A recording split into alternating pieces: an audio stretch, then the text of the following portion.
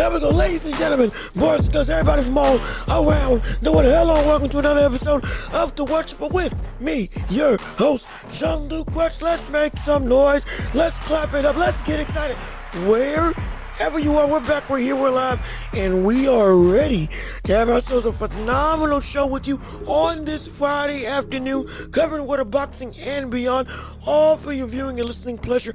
And there's a whole bunch of stuff we still got to get into, not just with the fights happening this weekend, but also it's the championship rounds. That's right, you all control the whole of this conversation for as long as we stay on the airways and on the YouTube space. You all are the ones that dictate the flow of where the show is gonna go. So we want to hear your thoughts and opinions, responses, and reactions to everything involving the world of essentially sports, movies, television, video games, all the like, NBA, NFL. Whether you want to have debates, conversations, you all control the show on today. But even with that being the case, hey, we got a whole bunch of stuff we got to cover, like with Inoues, like with Shakur, Stevenson, like with Boots, Ennis, and the whole host of conversations. We're so happy to be with you all on this show. We're so happy that you're here with us today. If you haven't already, go ahead and leave a like on the video. Come on, leave a like on the video. Subscribe to the channel. Go on and be a part of the hottest show in all of the globe. And subscribe to the channel. Come join the empire. And please be sure to keep on sharing the show with everybody that you know. That's the most important thing, so we can keep on building up this empire together. And be sure to keep on chatting and responding in the comment section so we can hear your thoughts and reactions to everything that we have on the docket for today's show. And so we can have your voice be heard and have your stuff be seen throughout the whole of the globe. Absolutely. Oh, and also, if you want to support the channel, we got Cash App, we got PayPal, we got links down below in the description if you can support the channel, as well as Super Chat, Super Gift, stickers, and the like, all of which is up for you to be able to help out this show. And the more you give, the more we can support this show to make it bigger, better, stronger for your viewing and listening pleasure. Please share the rate 5 stars wherever you listen to podcasts, and please just stick around, have some fun, and we got boxing to cover. We got sports to delve into, and so, ladies and gentlemen, we got a whole host of things to talk about. So without further ado, we got the championship rounds to discuss, and we got essentially we have to do the best thing that we do on the show, which is step into the ring. Come on, let's get it started. Let's get it popping. Let's get it cracking. And let's get this show underway, shall we? Yes, indeed. Let me get my headphones so I can monitor the audio correctly. And let us hear what you all have to say on the day. Come on now. Let me see. Moon Man, first one to chat on this show. Thank you for tuning in. We thank you for listening. We appreciate you being a part of the live. Let me see. Can't wait for May 2nd. The monster is back. Or the monster is back. The two monsters. Yeah, look. May 2nd, Benavidez and Zerto on top of Inoues versus Nakatani. We can tell you this right now. We never thought we would see that much of a back-to-back level spectacle in one day. Then what we're going to get on May 2nd. That fight, or that slew of fights, is going to be an absolute, insanely driven affair of dominance, destruction, and outright, essentially, pound for pound shakeup. That's just the truth. And real quick, let me open up a window a little bit more. But we need to talk about that pound for pound, like we said we were going to touch on yesterday. That May 2nd is probably going to be one of the biggest shifts in the pound for pound debate that we have in boxing this year. I can guarantee it. Mark my words. I promise you. I promise you. Let me go open the window and I'll tell you why. I'm going to tell you why. Because it's real. That fight, or rather those two fights, are a huge dilemma. There we go. Hold on, wait a minute. There we go. Okay. There we go. There we go. Okay, just had to make sure we got the windows open. But these two fights are a huge situation to have in the boxing world, because there may be no bigger implication of a pound for pound shakeup than those two fights with Benavidez and Zerto. Because what's at stake? if Inoue beats Nakatani, for many, he will be the best boxer in the world. For many. Because this is the rivalry. This is his Terrence Crawford. This is his, essentially, Marvin Hagler or Tommy Hearns or Roberto Duran. This is his rivalry. This is one of the biggest fights of a life, or of his life, that is, in all honesty, he's going to shape the trajectory of the ultimate standing of his legacy in this generation for many people. If he beats him, even if they say that he's a favorite, my goodness, what the conversation he's going to have beyond just pound for pound, all going to be ridiculous, and most likely he'll take the claim. But if he gets eclipsed by potentially the dominance that is Dave Benavidez, and his movement up to up to cruiserweight, 200 pounds, to beat the second best, or best, at least tied for best, fighter in the division in Zerto Ramirez, who's been in the ring with the likes of Dimitri Bivol, all of a sudden, we may see Benavidez get that claim to fame. This is the baddest man on the planet, without a doubt. Because we've only had this instance happen once before. When, what was the fight? Inoue was fighting in the same year Terrence Crawford fought. Inoue fought, I think it was Stephen Fulton. Inoue beat Stephen Fulton. Right? One of the greatest wins of his career. One of arguably the second greatest win that he had in his entire tenure in that run of between, was it 2020, like 1 to like 2024? Ridiculous. That one, when he beat doggone Fulton, it shook up everybody. I had him as pound for pound number one, no question. And I had said, even if Terrence Crawford beat Errol Spence, Inoue would have been number one still. Because the only way that I said that Crawford could get above him, after what we saw Inoue do to Fulton, with the ramifications around that fight, was to have Terrence Crawford having historical demolition in the fight of his life, in a one-sided beatdown. And he did it. That was it. This is kind of that same situation. It's kind of that same situation. What is going to be the biggest fight of Inoue's career, with a man who has been rivaled and been talked about for years, now going up against Junto Nakatani? If he beats him, he will get that claim he's the best in the land. The only way that somebody can top him is if somebody like David Benavidez, on that same night, puts on a historical performance in a way that is so out of left field, in the vein of one-sided dominance, that we have to relook and say, okay, wait a minute. The conversation ain't that easy no more. That's what, and normally, when you get that type of setup, something great normally happens on both situations. And so it's a huge deal. It's a major deal, no question about it. But let me see. After Bivol and David Benavidez win their respective fights, they're going to fight a Halloween night, October 31st. That would be crazy. I mean, I would hope so. But see, I don't even know if Bivol's going to fight Benavidez. I don't. He's got to get work back in the ring just to get his fight with Artur Beterbiev. That's the biggest fight that we said was good, that we had, that was going to happen before any of this. The whole reason why this whole situation up in smoke is because Bivol, even before the surgery, let go of his belts, let go of Undisputed to fight Artur Beterbiev, instead of giving Benavidez the proper opportunity to win the belts inside of the ring. Didn't let that happen. Didn't let that transpire. He did essentially, Benavidez got treated the same way he has been treated every single time he has moved up in divisions. Every time. Every time. And so now we're looking at him and saying, Benavidez, we're waiting on that crowning achievement of a moment. Not because you aren't proven, but because that guy that runs the division, that rules overall, you've never been able to have your shot at him, unlike other people. If this fight happened, Benavidez won, Bebo won. I don't know if Bebo would still fight or would still fight David. I don't know if he would. Genuinely.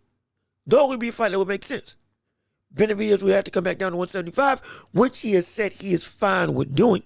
He has said he's A-okay with that. He has no problems with that. However, that still doesn't mean that Bebo will actually take the test. Especially after his surgery. Depending on how he looks in the ring against live competition with fighters that are on his level. I'm concerned that we may never get that fight, even though it's a fight that we want to see. It may not happen. Yeah, I'm scared. I'm scared. Oh, I'm petrified. Let me see. Yo, Daryl Anderson, how you doing? Good to see you. Thank you for tuning into the show with us on today. Hey, Jean-Luc, did you see Vidal Riley recent fight winning the European title? We did. In fact, we watched that whole card live. We got to see Vidal win and get one step closer to the world stage of competition. And we were saying he can fight. Vidal Riley is the actual personification of a YouTuber turned a good fighter. Because he did start on YouTube. He worked with KSI. He took his career seriously. And he went through the steps of being a champion or working his way up in the proper veins of competition. Actually going through the ringer. Wasn't nearly as pretty. Wasn't nearly as effective. But he is way better than anybody on the docket of any of that scope that we saw with Jake Paul or beyond. He, just with that win, he put himself in a real position. Okay, the run to the world level starts now, and he can actually compete. He's a very good boxer, got good stamina, great combination puncher. He's a man who actually has some sting. He's not a knockout artist, but he got some sting behind his shots. He can throw in volume. He's got a bunch of diverse weapons. He can operate inside of the pocket. Has a good jab. He is a good boxer. He is what everybody who didn't know boxing thought Jake Paul was. Jake Paul never fought him during the YouTube stage because he would have gotten dog-walled. He would have gotten dog-walled. It's not even close. This is what real worth ethic can do. This is what a proper road to a championship contending status and a proper building up of yourself. This is what that can get you. This can get you that type of real skill set. Now he's won just about every European championship in the major scale, and he's getting pushed now into the real rungs of a world level. Not saying he's going to be a full-blown, he's going to be a champion, he's going to knock out everybody, but he's real. He's an actual good fighter. So I'm excited to see that all this work has paid off. He's been one of the few, not KSI, not Joe Weller, not even Deji. He's one of the few whose talent, with the work ethic that he consistently put in, has now turned him into better than everybody else that he was in cahoots with. And what everybody said they were trying to get. Oh, I'm going to fight for a world title. I'm going to fight for world acclaim. He's actually like that. He's actually like that. He's the real deal. Absolutely. And people thought he was nothing. That's why Tyson Fury and Jake Paul ducked him. Yeah, no, because he was way better than both of them. He was way better than both of them. And now he's at a point where they can't even touch him. They can't touch him. For good reason. Because he's on his way to the world stage, legitimately. Now vying for, at cruiserweight, I believe it's cruiserweight, can that title come his way? And it could. Or at least he could fight his way up to it. It's possible because he can fight. He really can fight. But let me see. Love King, how you doing? Good to see you. Thank you for tuning into the show. So happy that you're with us on today. I just watched a video of Bam making 149. Ben making 149, excuse me. And he looks unhealthy. Yes. Oh, gosh. Oh, Lord. We got some problems here. I'm telling you. We got some problems here. Oh, boy, that's a problem. That's a problem. Conor Ben, if you got to see him on the scales, because the weigh-in, the official weigh-in is today. They had the actual one that counts behind the scenes. But he came in 149. Like you said, he came in on weight. He came in and he's under the weight limit. Everything looks like it's a go. But my gosh, the very thing I said I was scared of is happening. The very thing I said I was scared of when it came to Conor Benn making the weight, Conor Benn being able to get down to this weight class and still be healthy, is the very thing that I'm getting concerned about now. Because the man, he looks terrible. Call a spade a spade. The brother looks horrible. He looks scary in a bad way because he's so drained. He's so skinny. He is so like, it's a struggle. And yes, I said that this was a weight class that he should have been in. This was a weight class that he belonged in. This was a weight class that he can operate at his best. But if you've seen him now, the brother may have cut muscle. He made it the worst thing in the world. He may have cut muscle. He may have cut muscle. He might have cut muscle. The very thing that put Roy Jones Jr. in the dirt from the standpoint of his career when it fully dropped off after winning the heavyweight title, after beating Antonio Tarver. He dropped off. And because the essence of his ability completely nixed. Because the athletic ability literally was ripped away from him, trying to come back down that fast. And for Conor Benn, we're dealing with that same situation. Look, hey, this is what he looks like right now. As we transition over, you can see this is the problem. This is an issue. Like he's saying this is easy work. I'm telling you right now, I'm putting this on full screen. This is not easy work. 100%. This ain't easy work at all. Well under. That's it. Should have made 147. No, you shouldn't have. You should not have made 147. I'm telling you. I'm sorry.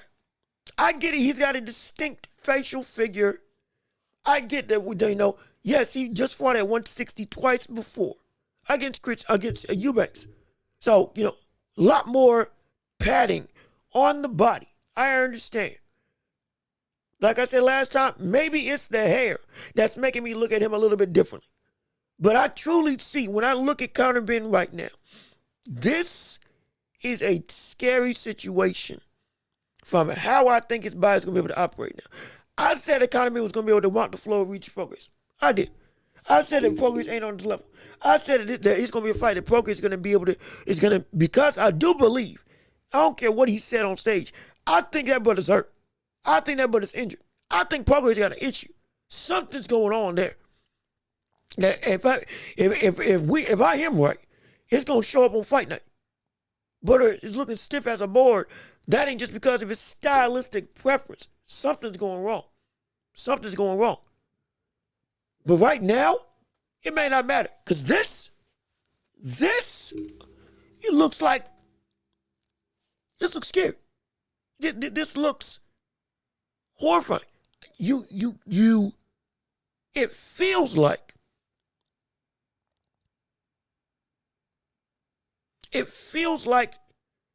you may have rushed trying to make weight. Or you may have stepped in the ring too quickly from going up to where you were at 160 to coming all the way back down to just about 150. 1 pound under this as the catch weight. Maybe. Because yes, it's 10 pounds. I get it. Oh, it's not that big of a difference. I'm telling you, for those of you who have fought, done athletics, trying to make weight for things like wrestling, boxing, or any athletic sports that has a strict limit, what you think is just a couple of pounds difference is never that. And the stress of what it can do to your body is ridiculous. Now, Conor Benn may be able to rehydrate and look completely fine. Maybe able to rehydrate and get back to 156, 157, maybe, and everything's all hunky-dory. Cool. But I'm just concerned that there may be had maybe some issues. Maybe. But again, we can talk about that as time goes on later on in the show. It's just, I'm just a little bit nervous. That's all. I'm just a tad bit nervous about him looking like this going into this fight with Poker. It's just me. But let me keep on reading you all's comments on today. Also, Demetrius Johnson is finally into the Hall of Fame. Yeah, it's about time. They blackballed that brother. I'm not going to lie. They blackballed him for a hot minute. Should have been there years ago. Finally, the UFC made concessions and gave him that spot. One of the 3 greatest UFC fighters I've ever seen. With his reigns of dominance, undefeated, untouched, untapped by mortal man when it came to his ability in the octagon. So, hey, and he did it in, I think, one Pride? The other mixed martial arts conglomerate that he went in and got wins it, decimated and dominated. Then the only one was because he didn't know you could do a knee. And then he got that very win back with a knockout with the same knee. Yeah, no, he's insane. He's ridiculous. And congratulations to him. No question about it. Let me see, Ben at 149. Yeah, this is Ben at 149. This is Conor Ben at 149. What Conor Ben looking pale because of the weight? Yeah, he is. He really is. And you don't remember him being that skinny? A lot of people don't. Again, we saw him bulked up. We saw him ballooned up at 160. Now he's coming back down, but I think he came back down too quickly. I think he did not give his body the time to acclimate down weight with how this looks physically right now. I could be wrong. Conor Ben could be very healthy. Conor Ben could be just fine. And I could be dead wrong. He could have a great performance. But I'm not going to lie as to what I've seen before with fighters making weight. This is not a great look. They even got the weigh-in right now that they're showing on YouTube and on the Zone social media platforms. If you can watch, again, I can't show it on here.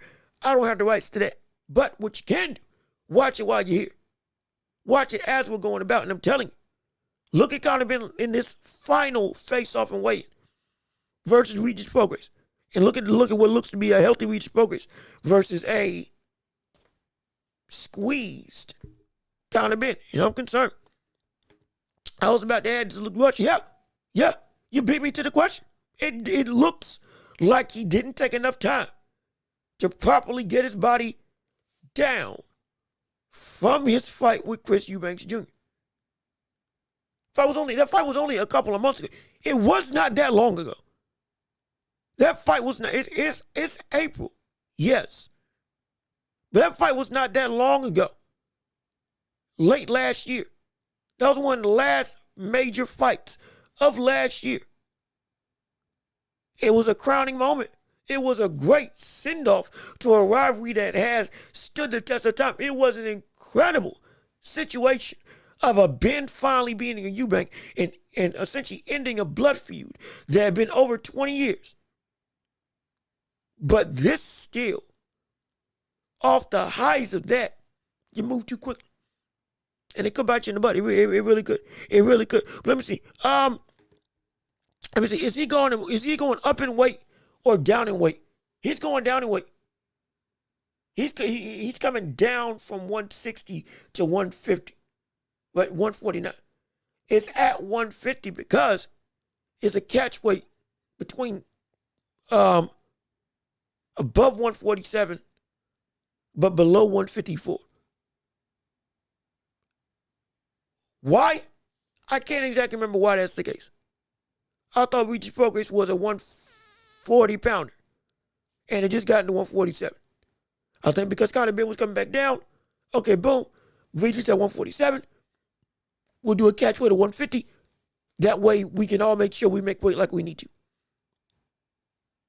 Fine. But even this, man, I cannot, I'm not going to lie. I'm just a little bit concerned. I'm not going to lie. Let me see. I've seen Conor skinny and bulked, not skinny and thin. Well, you seen him skinny and bulked because he was on PEDs. Don't forget that. Don't forget that. That's the whole half of the equation we're missing. Hey, look at this. We got some problems here. We got some problems here. That is a whole half of the equation that many people are missing. This fight used to be or this fighter used to be, on drugs when he was at 147, when he was moving up. That's why he knocked out Chris Algieri. That's why he was carrying so much power. That's why at welterweight, this buddy was looking like a beast. At least from an athletic perspective. He still is athletic, don't get me wrong. But the pop, the crack, the punching ability, and this man looks physically, toned to the nines. It was also because the brother was on PEDs. Eating 100 eggs or so, whatever the number was. What was it, 200 eggs a day? I don't even know that's possible. There's no way he did that. But the brother was on drugs. He popped dirty. He went and got banned for like a year or two. Justifiably so. And when he came back, didn't have a knockout when he returned. Stayed all of a sudden. All that ferocity came back to, these people taking it pretty well. These punches ain't landing in the same thudding capacity. They're not as sharp or as damaging and demonstrative as they were when he was putting people to sleep in 3 to 5 rounds. When he was knocking Chris Algieri out with a straight right that had that brother folded like a lawn chair. He wasn't doing that no more. Sure, he knocked down Chris Eubanks at 160. He hurt him. He finally got a win in their second fight and was doing some good job punching in the first fight. But also that's with him with 10 extra pounds of muscle, 10 extra pounds as a whole. Maybe that gave him some more power. No problem. But even then, until that weight draining of Eubanks Jr. really took effect. Eubanks Jr. was taking that fight very well and won the first one. This man was not the same after those drugs. He has never been the same, performance-wise, after those drugs. And he was bulked up at 147, in part because of the steroids.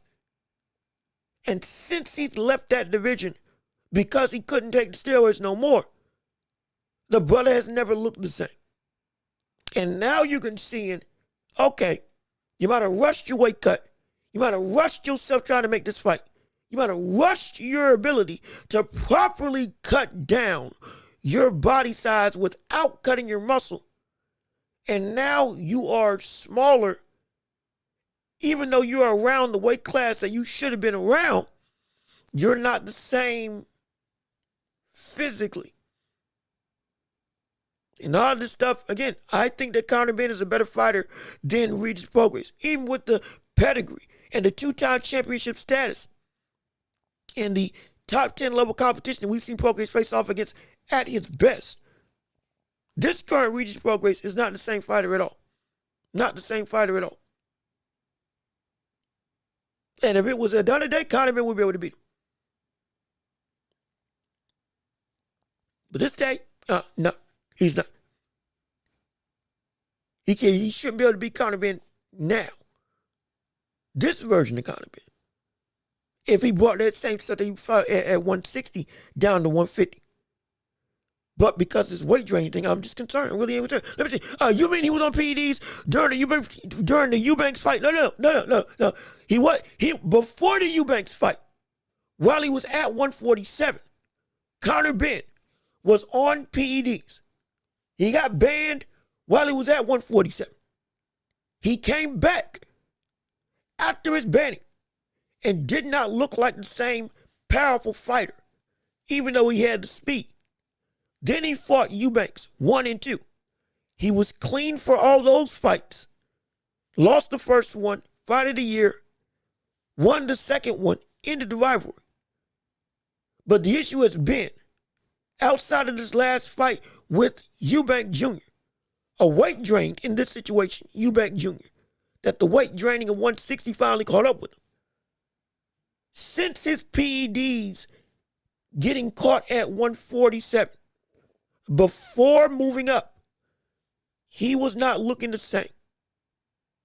And coming back down, we could see that same concern of the power not being there anymore. on top of the weight draining and the lack of PEDs at this division may be hurting you even more? Because now you're back where you started, where after PEDs, you were not punching the same way, going up against a guy in the likes of Prograis who can still crack. This could be maybe a concerning venture. Maybe. Not guaranteed, but just maybe. And if that maybe turns into a yes, we could have some problems. We could have some problems. But no, he did not pop dirty in the Eubanks fight. It was before Eubanks when he was at 147, when he ate a bunch of eggs as his excuse and was banned from boxing for I think like a year or two. Now he's going back to the division that he was at without PEDs in his system. And he's looking like this. So it could get very interesting for how this fight's going to be in terms of looking at it, how it goes and unfolds. But even still, we got more to talk about in the world of boxing. Like with other conversations involving others amongst the top stars in the sport, one of which being one of the biggest names in boxing right now, currently number 4 in the globe, in my opinion, and that is Shakur Stevenson. Yes, indeed. Oh, my. Yeah. He's got his sights set potentially on another big name, another huge situation, a real fight that we have been clamoring for a number of years, ever since he stepped in the ring at 140 and fought like C.P. Lopez. Now he is slated to potentially have his eyes set to fight against somebody who at 135 was looking very good and now looks to be even better, or now looks to be moving up, leaving 135. And that is one Raymond Murataya. Yes, indeed. He's looking to fight Shakur Stevenson. Oh, if you didn't know, that's the truth. And if you don't believe me, I'll even play it on the Boxing Voice, so you can hear exactly what they had on their podcast as to when this news broke, how exactly this can be going down as you switch over into the world of picture and picture. Any heads up that you can give us? Are we working in the background on this lineal potential title being on the line between a Shakur Stevenson and a Raymond Murataya? Is that something you guys are on the phones going back and forth about right now? Yeah, there's been talk, Shakur, listen, I think Shakur is tremendous, man, really. I think, he dominates at 35, 40, even 47. That's how high I am on Shakur. Is there talk about it? Yeah, at 135, there's talk about it. And listen, he's a 40-pound champion. Murataya would go up to 40. But I know both parties want to fight. Any heads up that you can give? Oh my gosh. My goodness. Wait a minute. Both parties want to fight.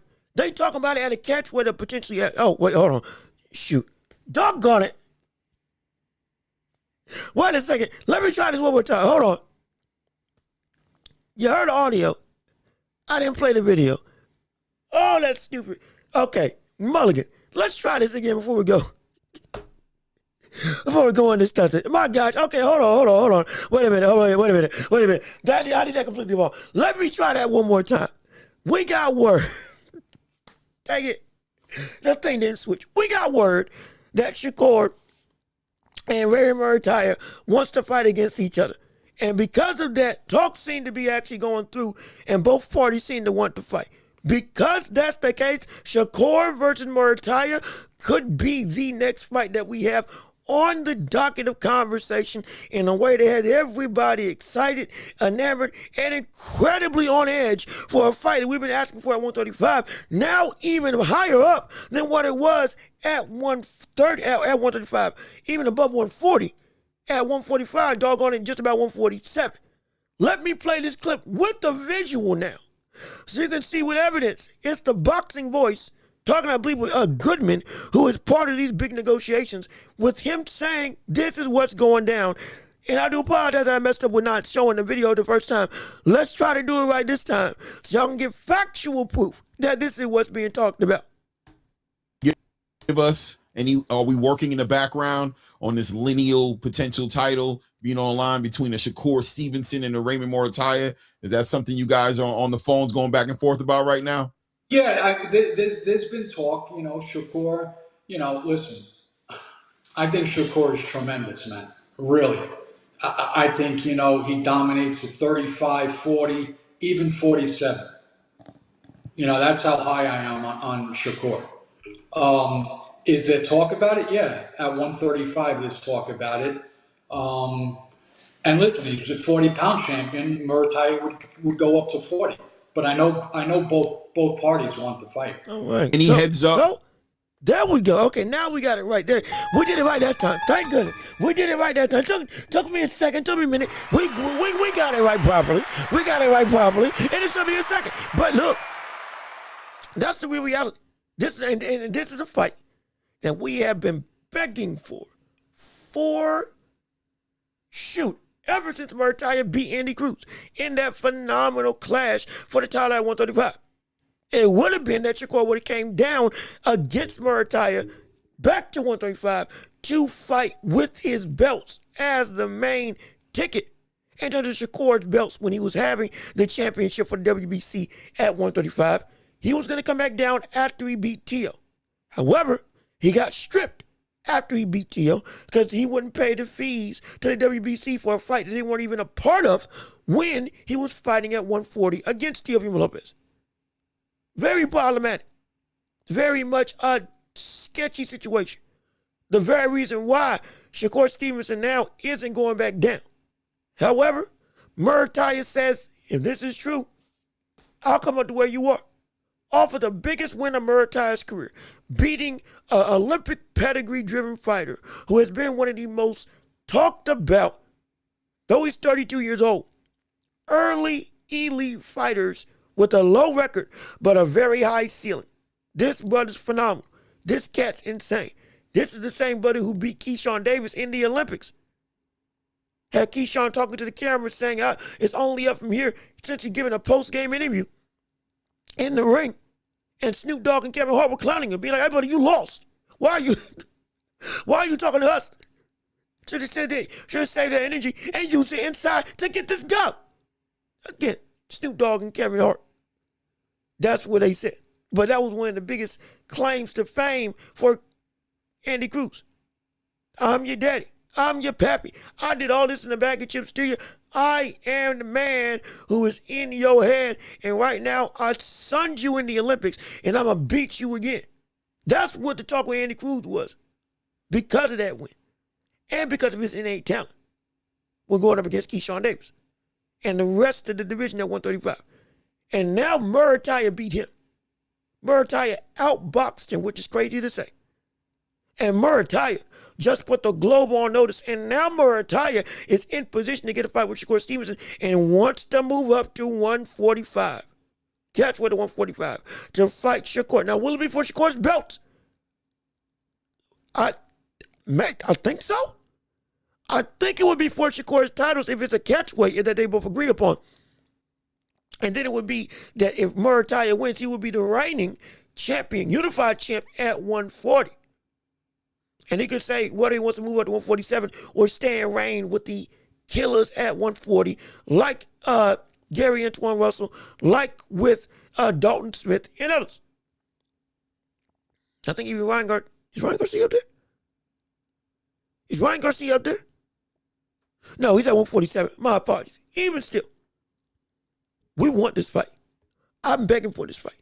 I need this fight to happen. This is the continued run of greatness. Mind you, it would not be duck and smoke in the slightest if we saw Shakur Stevenson fight against Murataya. This wouldn't be duck and smoke at all. Not at all. That's a good fight. That's a good fight versus Murataya. And if that got confirmed, hey man, that's a hard fight. That's a tough fight. That would be a tough fight for both of them. That's a real game. That's a real game affair. Let me see. Yo, Boxing Pro, what's going on with you? Thank you for tuning in. How are you doing? Good to see you. Thank you so much for being a part of the show. Hopefully, if you are enjoying the show, you're leaving a like on the stream and you are keeping on with subscribing to the channel. Trying to take sips of water as we're still going through and having this discussion. We want to hear your thoughts and opinions and reactions. Keep on liking the stream, keep on sharing the show, keep on subscribing, and keep on chatting in the chat section so we can hear all your thoughts and opinions on the day. But right now we're discussing Murataya versus Shakur Stevenson. Is the fight that currently behind the scenes has been stated that both fighters look to want that fight. It's going to be at a catch for the 145 if that fight does happen. And it would be for Shakur's unified titles at that catch weight. And so we're looking at a big fight that we were talking about from the get-go. That's a fight that we wanted to see at 135 and now at 145, 10 pounds over. That fight looks even more tantalizing. What would Shakur look like with an even bigger, flushed out physique because of the fact that he's a big dude that can scale up easily to 147.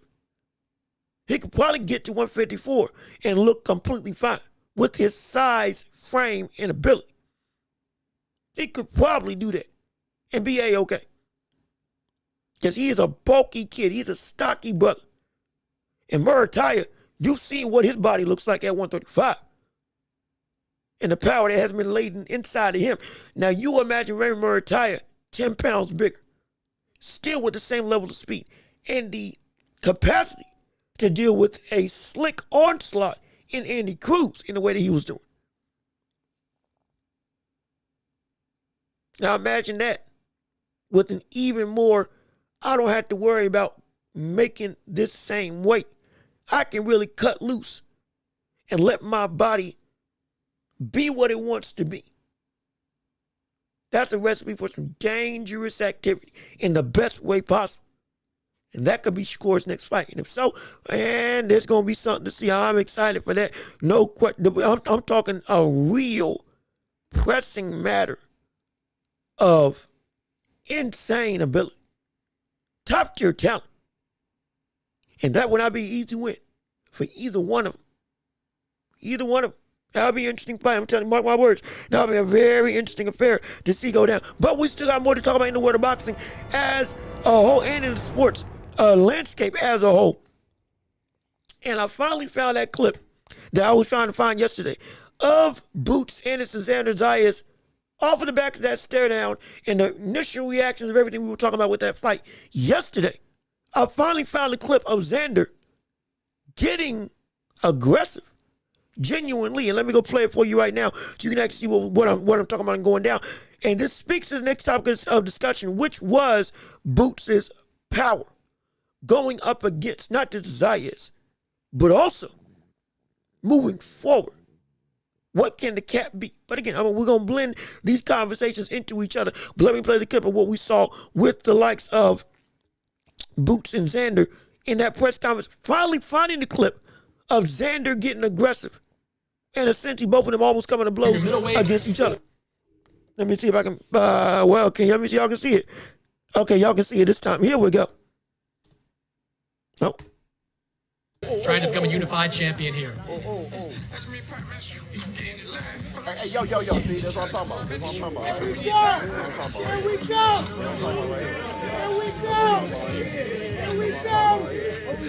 Getting hot! Getting hot! You don't do that. Don't do that. Don't do that. Junior middleweight. And so, that was the clip I was trying to find yesterday of Zayas stepping to Boots because of Boots, again, touching his titles. And Zayas said, hey man, you ain't got this hardware yet. And so again, further speaks to the aggression, the confidence, the championship mindset that we see Zayas have. But we're bleeding this into another question. And that is the conversation. And that is the conversation of Boots' power up here. Clearly you can see the size difference. Clearly you can see that Zayas is at this point in time, if we want to go by Jaron in saying it's a fat camp, Zayas is the bigger, bulkier fighter. Potentially that durability could be elevated. With this being the case, it made me think of a question that I hadn't asked about Boots for a hot minute. That is, how far can his power carry?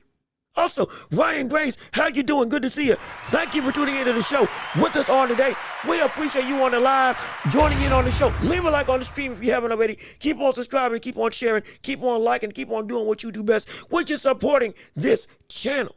But going back to the conversation, Boots, how far can his power carry him as his career continues to progress? It's a valid question because of what we're seeing in the thick of the weeds when it comes to the real demonstrative menaces at these higher divisions. And they both talk about that they're getting hit too much. Is there some buying power in what we heard yesterday that Zayas feels that Boots is too small for Zayas to have to worry about the physicality that Boots can bring? And if not, is there a threshold that carries up beyond 154, maybe at 160, maybe at 168, where you can say once he gets to this zenith, the power that he has that we all see as vaunted and valid, it may not be the greatest thing that is going to will him to the victory that we've seen in the past. And that respect can get diminished at higher divisions. Is there a cap where that threshold can be? If you say that 154 is going to have no problem, because we're seeing the check here what we have as Boots' tenure to greatness, I would say Boots' power, if we want to have a conversation about where it can cap out to, where it can stop, where it can go and be potentially not as much of the saving grace as we've seen it before, I would say once he gets to 168 is when that power is going to be a little less effective from the perspective of guaranteed knockouts. The guarantee that he's going to knock somebody out probably stops at 168. It probably stops at 168. It gets shaky at the elite level of 160, in my opinion. Now, why do I ask that? Or why do I bring this up as a topic of conversation? Why do I have this as a means of discussion for our show right now? Well, it's because it's going back to a conversation that we had, or that I wanted to have, involving Boots' ability to fight at 154 right now. And that is, I don't think that there is anybody here in this division that if Boots does win, he won't knock him out. If he wins, it will be by knockout, probably in this division for the entirety of his existence here, at 154. Most likely. I think Zayas is going to be able to knock out. If he does beat Ortiz, that's going to be the one I think, okay, that one will go to a decision.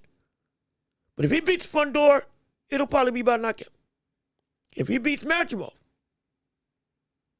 that may be the only other one that I can say, okay, that one might go to the decision because of the stylistic matchup that Boots hates that type of fighter. But everybody else, most likely is going to be his power affects everybody to no end and puts people in dangerous situations. Beyond Ortiz, Makhmudov, if he gets a win, it's going to be by KO. At 160, up until he gets to the elite tier of 160, most likely every win is going to be by knockout. Unless he plays off against Arasani Lara. Or Janibek if he fights Janibek at 160. If Janibek even comes back to 168. The debate of Boots and his power. When do we have to worry about it stopping? When do we have to worry about it potentially waning? Doesn't come into effect up until probably 168. Doesn't come into effect till about 168. Most likely. And that is a signal of the stretch of dominance we can see from Boots here that kind of kickstarts the prime of one of the most vaunted fighters in the globe today. It can't. It really can't. This can be the thing that kickstarts the prime of one of the most polarizing fighters that we have in the sport today. Because if we look at this era, and I'm not comparing him to Terrence Crawford, but I'm using Terrence Crawford as this barometer. One of the biggest and most special things about Terrence Crawford was his entire reign at welterweight up until 2023 when he ultimately left. 16 fights. Every fight was by KO. Every single fight was by knockout. Because that's at that division. He kept. He was peaking. And nobody could take his punishment that he was dishing out there. Up until the higher weight classes, that was when the concerns started to come. But beyond that, at that division, he was getting a knockout every time. I think Boots is going to have that same type of run, or a similar type of run, at 154. Call it bold, fine. Call it outlandish, okay, cool. But I think the same way that we saw Boots, or the same way, the same way we saw Terrence Crawford, from 2016 to 2023, every fight that he had at 147 was a knockout. I think we can see something as close to that type of run here at 154 for Boots Ennis. Doesn't mean the fights are going to be easy. But outside of Ortiz and Makhmudov, I strongly believe every fight that he wins will be by knockout. And if he improves enough, it could be the only person that can potentially survive is Ortiz. Because if he gets to a point where he really fixes a lot of the issues that we saw him have at 147, Makhmudov can become easy work for him. He can. Yes, he can. Yes, he can. We call Makhmudov the X Factor. We would say Makhmudov was the one guy that outside of the big three in this division that we said were the reigning top dogs, Makhmudov was that other dude with his style, with his bouncing around nature, with his in and out ability. And the slickness that we compare to Shakur at 147. He could, and what he did to Terrence Crawford, giving him one of the toughest fights of his career. Even if Terrence Crawford doesn't want to admit it. He can give Boots all he can handle. Unless Boots really does change into the monster that we think he's going to change to. And if that's the case, he mops the floor and gets Makhmudov out of there. He can be that good. And the only real contender to potentially not get the KO, if we see Boots win everything, is Ortiz. It can get to that point. But I think it's gonna get to that point. When we see a similar streak of what Terrence Crawford had from 2016, 2023, staying at 147, every fight he won, 16 fights was all about knockout. Crazy. We can see that same type of situation with Boots at 154. Where every fight that he wins, if he goes undefeated in this division, it can all be by KO. It can all be by KO. And it doesn't stop up until he gets to 168. That's how far I think his power can translate towards. But I want to see if you all think I'm right or wrong in that situation. Let me see. 154 is the division I'm most excited for. It is. And we can have, and I think it's about to get even more laden with ability. It's about to get even more thick in the standpoint of competition. It's about to get a lot more amped up. Because if Shakur's already potentially fighting Murtai at 145 at the catchweight, and Ryan Garcia's fighting at 147, Devin Haney's fighting at 147, and we're seeing 154 now start to turn into a recognized division, we can see all of them move up. All of them. In the very near future, get to 154 in a couple of years. Maybe 2. Maybe by the end of this year. This can turn into, this can snowball into The one division that has everything we've been asking for. Glitz, glamour, and production. Very quickly. Because everybody's starting to eke up in weight. In a hurry. I mean, shifting gears in a monumental way. Trying to be great, go after titles, or face off against challengers that have been trying to send you go at it for a number of years. It can get like that. This division can get better real quick.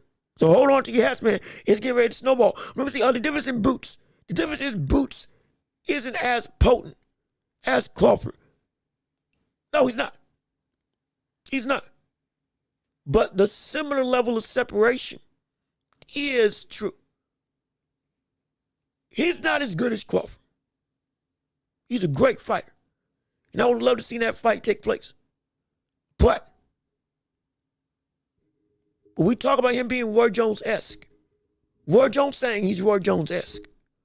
When we talk about what we have seen, even from an unperfect Boots Ennis, it now breeds a sigh, or it brings a sign of separation amongst him and everybody else that is completely night and day, in a similar vein that it was with Terrence Crawford.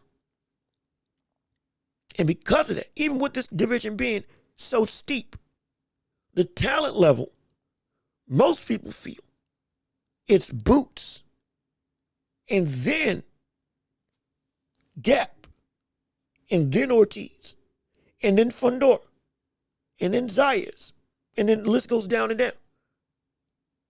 But the gap may not be as wide, but it's in a similar way that we were seeing with Terrence Crawford. It's there with Boots as well, even in the stacked division.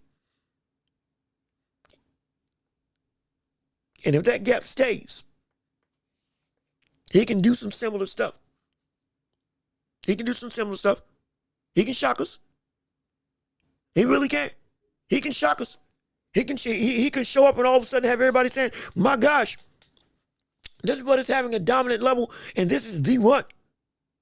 Inoues had his run when he was at 122. First getting into the early days of 118. Or excuse me, the late days of 118 into the early days of 122.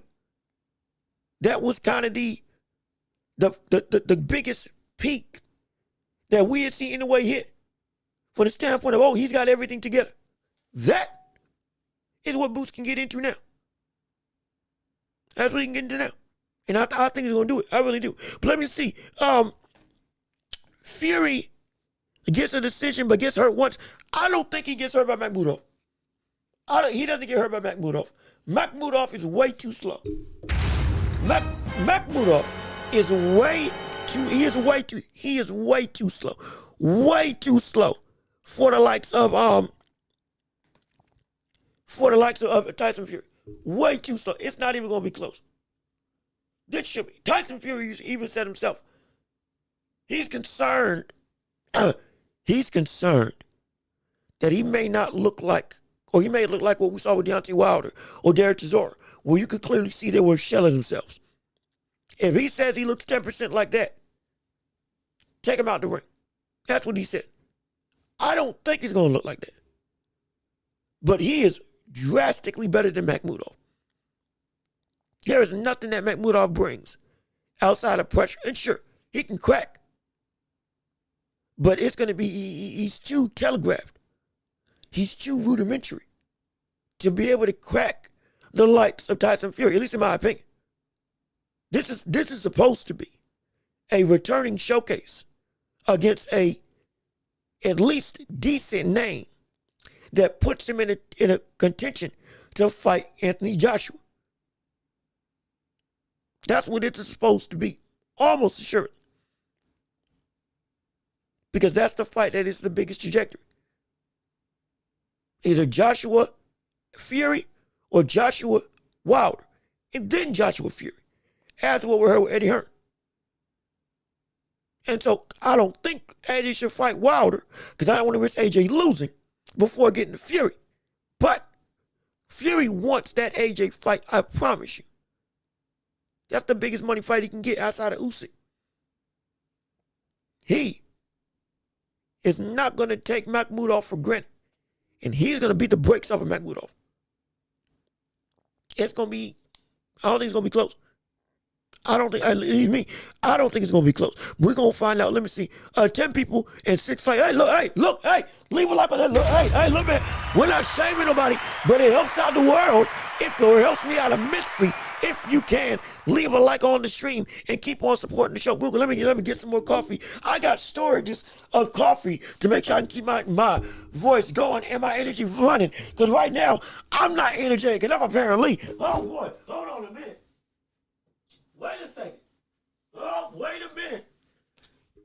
We got to make sure y'all are working and being a part of this show. Y'all don't want to miss what we got going on. And y'all showed up.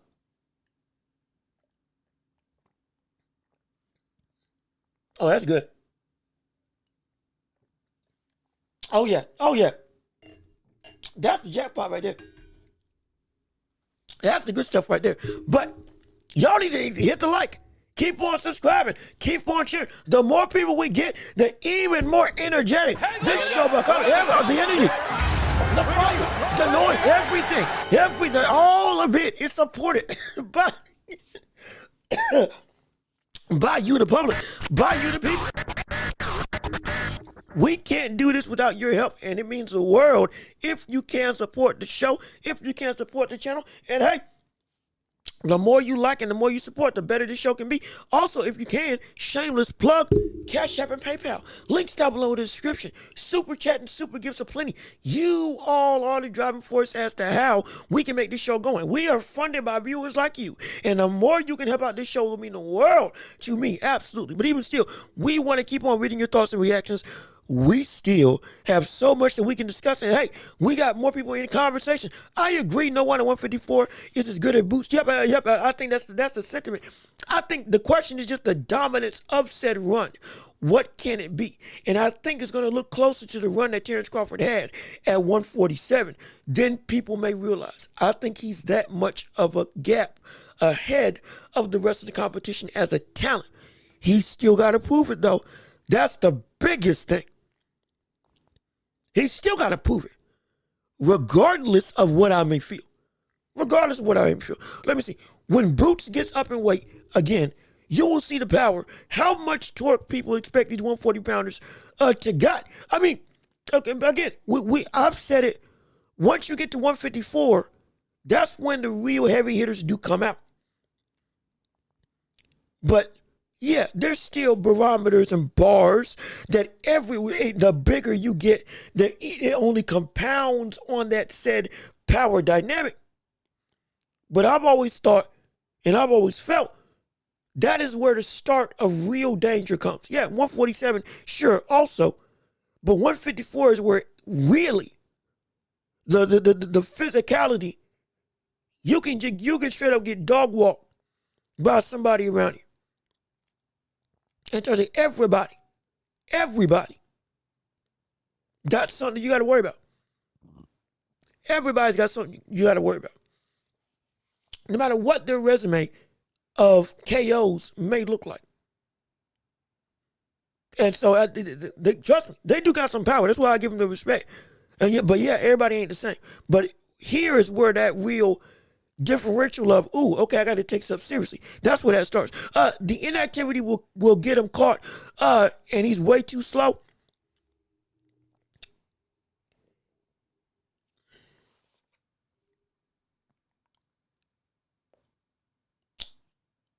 Hold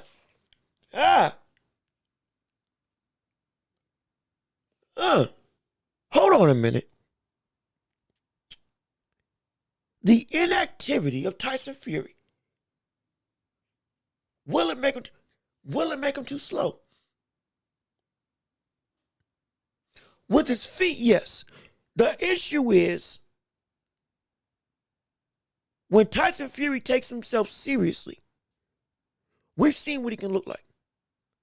He looked bad with inactivity when he fought Francis Ngannou. But he didn't take that fight seriously at all. He still should have gotten beat. And he did lose that fight in my estimation. But when he locked in, you saw what he could turn himself into. If he takes Makhmudov seriously, even with a long layoff, Tyson Fury's got all the dimensions that, and he's got enough of a quality boxing mind. Yeah, I don't need to be able to move or be as fast to still be able to decimate everybody that's in my way. Because now I'm just fighting, again, changing my style, changing my tune. I'm not. It's not about not having feet. How do you adapt without them? We were saying even when he was active, he was losing that ability to have the same footwork, the same speed, the same capacity to lunge around the ring. He was losing that. If we think that it may be too far gone, perfectly fine. I think he will be fine. And let's be completely honest. Even with that inactivity, if Tyson Fury takes himself seriously and is even 75% what he normally is as a boxer, he beats Makhmudov. He does. He does. Makhmudov is on that Dave Allen-esque level of a boxer. He's got way more power, but he's on that same level as a talented fighter. Tyson Fury beats that easy. Tyson Fury beats that clinching and holding. Let's be honest. He can beat that clinching and holding. Big sweeping shot downstairs to the body. And Makhmudov ain't a great mover, so Tyson Fury doesn't even need his feet. Just use that 85-inch reach, jab, take a half step back, jab. Makhmudov slow enough that you can just circle and then just clinch up because you're 260, 280. But if he's taking himself seriously, Makhmudov probably has no shot except for a knockout chance, a puncher's opportunity, a puncher's chance. But even that is slim to none. So I don't think it's going to get him caught. I really don't. Let me see. The only one is Virgil if Boots fought him in orthodox only. Maybe. I think in either style. Now, I think for Virgil, he might fight southpaw. I think against Virgil Ortiz, he might fight southpaw. He might fight southpaw.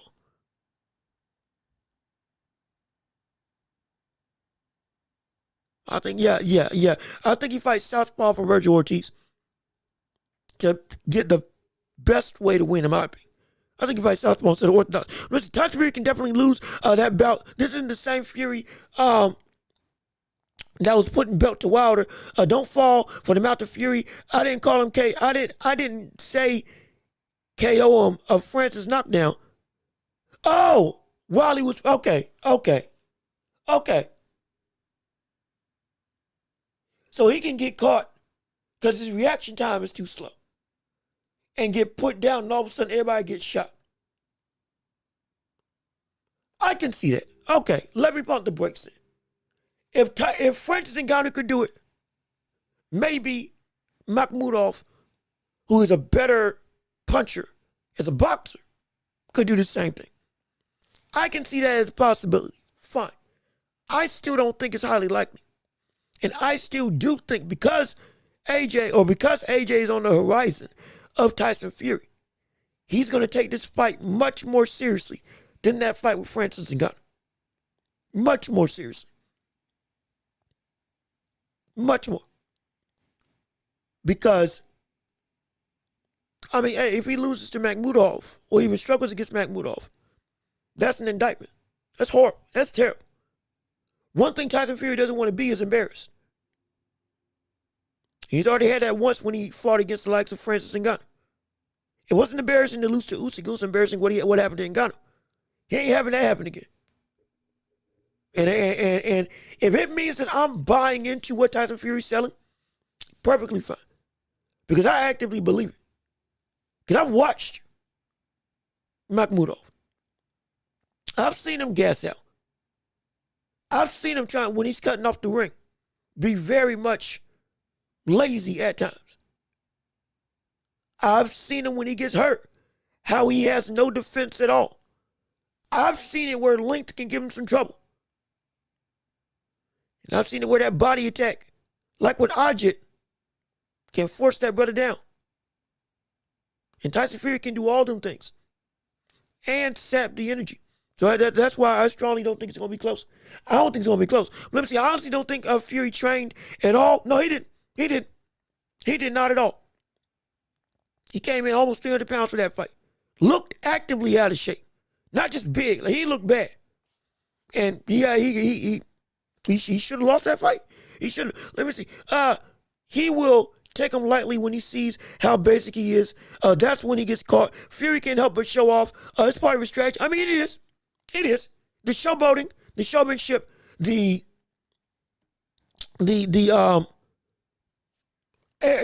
off to the crowd, jawing at the public, giving the fans a spectacle. That's what they paid to see. Yeah, he'll probably do it. He will absolutely do it. But the difference is what type of Fury is doing. If it's the Fury that fought against Ngannou, yeah, he shouldn't be doing that at all. Because you can't afford that. But if we start seeing that this Fury, okay, it's the Fury that we thought could still compete at a high level and was seen as one of the top 3 heavyweights even in retirement, if he did come back in today's heavyweight regime, if that does show up and he starts taunting like he normally does, I would not be concerned. Me, I would. If you are, I get it. I would not. Because it would fit the mold and he's comfortable. And that's the biggest thing I'm looking for with Tyson Fury. Looking comfortable. If you're not comfortable in this ring with this most likely new style of fighting that he's going to have to fight, without the legs that he had, without the movement that he used to have, without the fleet-footed nature, it's going to be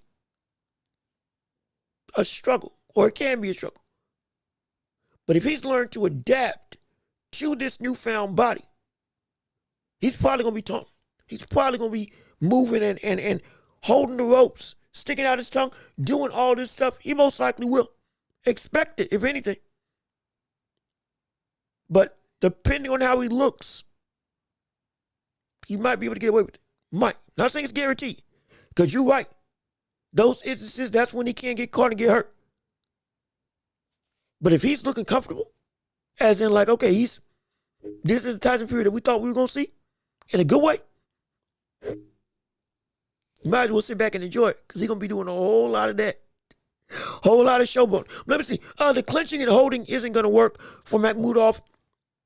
He's way bigger than Fury, and he has to circle and box him. Is he way bigger? I think that, I think they just wrapped up the weigh-in. Is he way bigger than Makhmudov? I don't think he's way bigger. Now, they both are weighing nearly the same. I'll say that. If you go look at them staring down each other, as I'll play the clip right now for you all to be able to see, they both do look big. I can attest. I think they're both weighing in, as you can see, 167 to 164. Tyson Fury may gain some more weight. But mind you, Tyson Fury, when he came in against Usyk, he was about 160. Yeah, he was around 160. 160 to 165. Like, when he actually locked in for that fight with Usyk.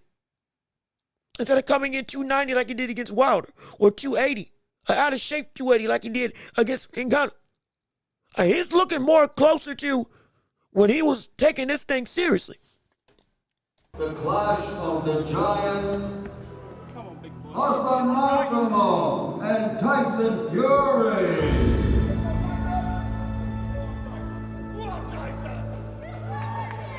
Number one. He's back. Back with a vengeance. Boom.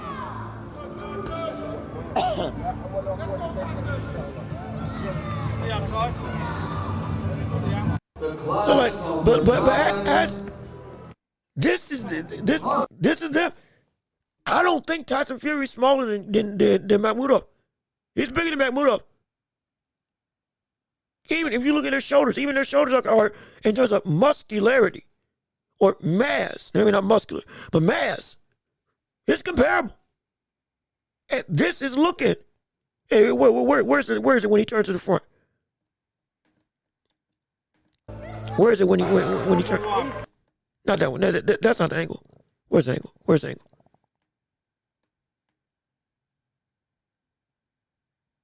Yeah, about right there. Like, that's not. This is looking a whole lot closer to a fit-driven and actively worked out Tyson Fury than we had normally seen through his career. When he's looking like this, stuff gets scary. The last time he looked as close as this and weighed in around 160, he put on the best performance he had since Klitschko, in terms of a straight-up boxing clinic. Yeah, he lost to Usyk because Usyk's the better fighter, but if anybody else had fought that Tyson Fury, everybody in the heavyweight division is losing. AJ's losing. Wilder's losing. Fabio was losing against him. Atama loses to that Fury. If this Atama faced off against that Fury, then he loses. Everybody would lose to that version of Fury.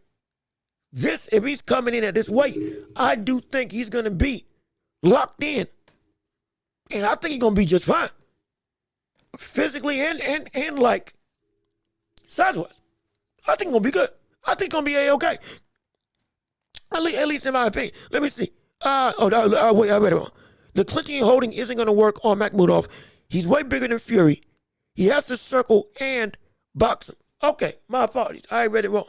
But he can.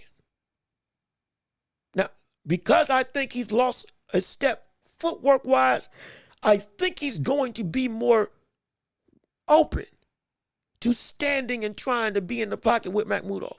Because, as you saw with the training that we were seeing with him in the gym, jab slip, punch slip, getting to be able to work off of the offense of what Makhmudov might throw.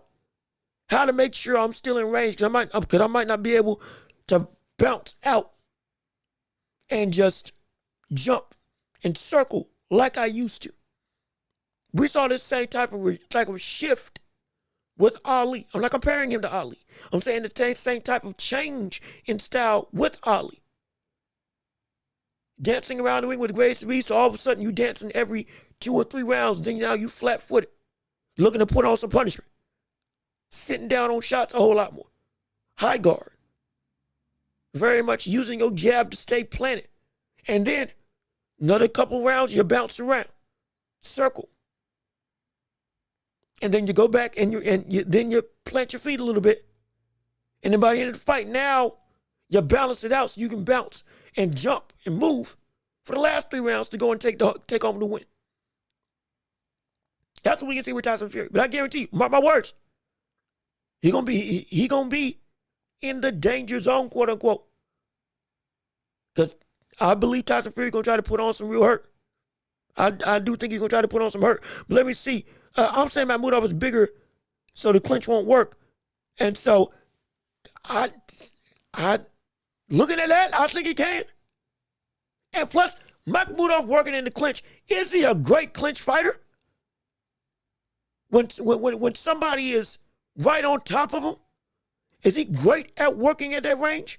Or does he work best when he is the one that's the aggressor and somebody's just trying to be defensive versus jockeying for a position? Using actual grappling techniques to gain an advantage. Walking your opponent to the ropes. Working with your free hand. Is he the best at that? No. And also he gets tired with him working in the clinch. So again, a lot of stuff that I'm seeing, it just doesn't seem like it's a very good ground for all the strength that Makhmudov has to be able to make it work. Now, yes, sure, he can reach him, he can punch him, he can catch him. Absolutely. Absolutely. But again, skills pay the bills, and we know for a fact, even a diminished skilled Tyson Fury is way better than Makhmudov. Like I said, this is a setup fight for a bigger occasion with Anthony Joshua. Let me see. Come on, Jamal, what's going on? Hey, how you doing? Thank you for tuning in to the show. We're so happy that you're here with us on today. Appreciate you showing up and showing out with us on stream. Let me see. Come on, bro. Let's not act like Wilder wasn't cheated with that long 14 count knockdown. Don't do that. Well, no, he did knock out Wilder. You talking about the second fight? Oh, no. The first fight with the count. Didn't Tyson Fury get knocked down twice in that fight? The count was about the same. I think the ref even went and explained what the count was and how we counted. And in the last fight, when they both got knocked down, the count was the same. It was. And remember, this is not me mincing words. Or this is not me trying to play favorites. The rules of refereeing when it comes to calling a count is by the ref's discretion. As in, the ref's count is the count. Not 10 seconds, 1, 2, 3, 4. It's the ref's speed, whatever the ref be calling. Now, the ref got to call that same speed consistently for both people when they get knocked down. But it's the ref's count, not the audio one that's up there. That's just the general thing. But it's the ref is the one. And it was the same count for both of them in the last fight that they had and in the first fight when they both got knocked down. But I don't know why we're debating Deontay Wilder. Wilder got to win against Chisora.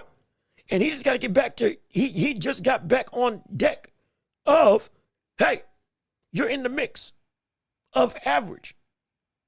Because we have questions about his power now. We have questions about his chin now.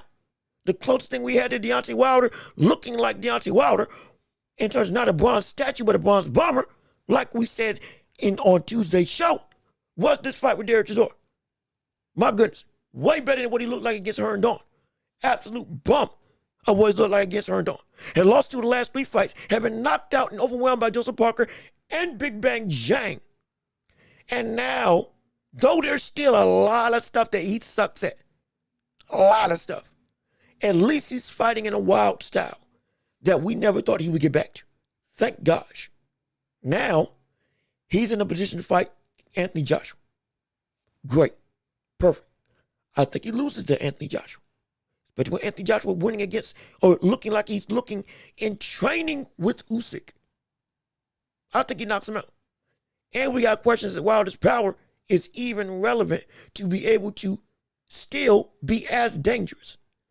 For AJ, yeah, it's comparable and it's still dangerous for them. Sure. No question there. For him, specifically, yeah. For the rest of the division, might not be the same way. And it's in part, like we said Tuesday, because that speed is gone. The athleticism, the explosiveness of Wilder. It's not what it was when he was reigning. And I would love to see this fight with AJ and Wilder years ago, when Wilder turned down a $100 million deal to fight Anthony Joshua. That fight had happened then, we could be having a completely different story. We really could. We really could. But now, it's hard for me to say that I can favor Deontay Wilder in any capacity outside of a really, really good puncher's chance. That's about all he's got. That's about all he's got. And trust me, we have covered that on multiple occasions. We covered that fight so much in the past on this show. If you want to see what I had to say, go back and watch it. Trust me, it's good. But we got more show that we got to cover. And if you want to talk simply more about Deontay Wilder in the relevant state instead of the past, we can discuss that. We can discuss his ability against the likes of a Fabio Ward, what that fight would be able to look like. But if you're bringing up an old rivalry that's dead in the dirt, we got to move. We got to say. But even still, I got to say it again. Iglesias has the best defense and the best puncher at 168. He's going to clear that division. And if you didn't know, Iglesias has now become a champion and is the new IBF titleist at 168. Congratulations to him. I mean, a phenomenal win, a phenomenal tenure of dominance that now has him reigning at the top of said division. And he is incredible. He is insane. He should have been, what was his name? Was it Pavlik, I believe was his name, of the brother that he fought? I think his name was Pavlik. Was it Pavlov? Or was it Pavlov? Let me see if I can find it real quick. Let me see if I can find the brother that he beat. But he beat him, and he knocked him out. Mind you, the shot that he knocked him out with, if you didn't get to see, was a right that came off a counter. But brother, that shot broke bones, literally, because it made his opponent have to retire on his stool. That one shot, about a minute, or a little bit less than a minute, with a little bit less than a minute left, and I believe round 8, Olays caught brother with a right. I think it was like a straight. It was like a kind of a hook, and it buckled the opponent, and he was still fighting, but it was odd because his face looked weird. Like I thought it was okay. He just stunned or he just hurt, but nah. I was trying to figure out, hey, but all of a sudden his mouth is held open. Right? I think his left side of his face looked all scrunched up. He started bleeding from somewhere that I couldn't see, and I was like, what happened? I'm confused. Something something's going on with him. And I couldn't tell what it was. Ultimately, it found out, but it broke bones from that one shot. After getting dominated for the entirety of the fight, in terms of Iglesias dominating the opposition. And the fight, he had to retire on his stool. He had to quit. Because he was like, I think he legit had some facial structure damage off that one shot. This man is a bona fide weapon of mass destruction. This cat is a dog amongst dogs when it comes to looking at this division at 160. And we were telling you right now the real road to championship status. We've had one person be crowned fully. And Lord knows, this man is a boogeyman amongst boogeymen. And everybody's got to run through the likes of Olays Iglesias. Everybody's got to run through. There is no one that is safe from this man's potential rampage. There's no one that's safe from this cat's power. Ain't nobody safe from what he can do and what he can bring to the division. None whatsoever.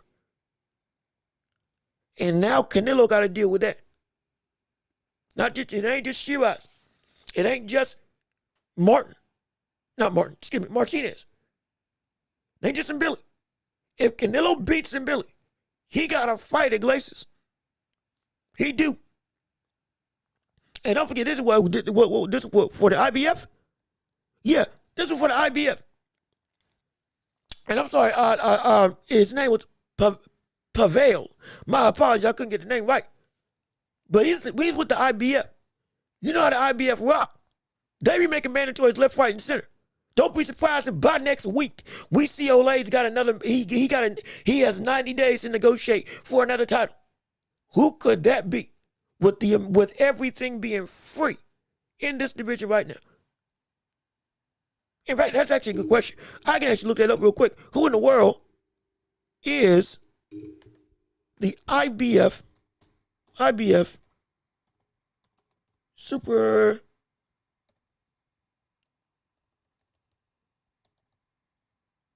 super middleweight? There we go. Who in the world is the current IBF rankings for super middleweight? Who could we see them make a mandatory? Because they gonna make a mandatory. They will make a mandatory. My gosh. Well, look at that. Look at that. Ain't this just the craziest thing? Ain't this just the craziest thing? Look at who's right below him in the IBF. Look at who in the sanctioning bodies for the IBF, who are notorious for immediately, you gotta fight this brother or get stripped. Look who's about to get forced to fight, potentially. Look who potentially gonna get elevated into that mandatory spot. Look what former undisputed champion is most likely going to be favored in the rankings of, we need to get him under our regime next as the next guy. Because I don't want to see Iglesias against Troy Williams. I'm sorry. I respect Troy Williams. I don't want to see that. He already beat Pavel. Diego Pacheco ducked him. Jaime Munguia, who's ranked way down at the bottom, not even ranked in the top 15, he ducked him. Canelo didn't want to fight him, but he may have to if he really wants the road to undisputed to run back through him yet again. But hey, man, stuff is heating up, and Iglesias being champion. The wall, that is a big wall that you got to break through. Because that's the wall that everybody's afraid of. I'm not going to lie. That's the wall everybody is concerned about. That's the wall everybody. Everybody doesn't want that smoke. Everybody does not want that smoke, absolutely. Let me see. Canelo, Shiraz, and Munguia duck them. Yeah, they did. They did. Well, I don't know about Shiraz, because Shiraz was at 160 while Iglesias was at 168. Unless they were around at the same time, at 160, before Iglesias moved up, which I don't know that specific timeline. So I can't say for certain that Shiraz ducked him. But if Shiraz wants that smoke now, he's going to have to go through him. He's going to have to. If he wants the title, he's got to go through him, and we love to see it. We want to see somebody get in the ring with him. Let me see. Did you see the defense Iglesias was displaying? I did not think that was in his back. Well, he didn't have to show it. This was a championship fight. See, here's what people don't understand. There's a lot of fighters who, what they have in their bag, they don't show because they don't need to use it. But when it comes time to actually, hey, I need to make sure I do what I need to do to get this win, they will pull it out. They'll pull out the stops. They'll use the thing that they should have been using all the time because now it matters. When Boots fought against Stanionis and all of a sudden actually showed some good defense, it was like, where was this the whole time? Well, it's because it mattered now. There was a weight behind the fight. There was a weight behind that fight, even though it wasn't a big name. Pavel, it was still, I've been trying to get a title, and I've been ducked for a title all the other times, and now it's time for me to make sure I sweep this cat and get him out of here. Not just with power. And he did it. He had but a good. He good. He real good, man. I'm telling you. This is why my write-up on the bout, this is what my write-up on the bout pre-fight in March. Grading Iglesias a B. He's really good at controlling and even through his combinations, or even though his combinations are kind of basic and frequent rapid punches, he's still a very skillful guy. And grade I'm gonna say Pavel for the sake of making sure I don't mess up the name. A C, very quick. And yeah, I mean, that's about the right, that was about the right assessment. It really was. But now you got to elevate this brother a little bit more. Because he showed you something in his bag. He really did. Let me say, a guy that can give anyone problems, decent counters and defensively aware, but doesn't get his head off the line when punching, which will result in very bad consequences fighting someone like Iglesias.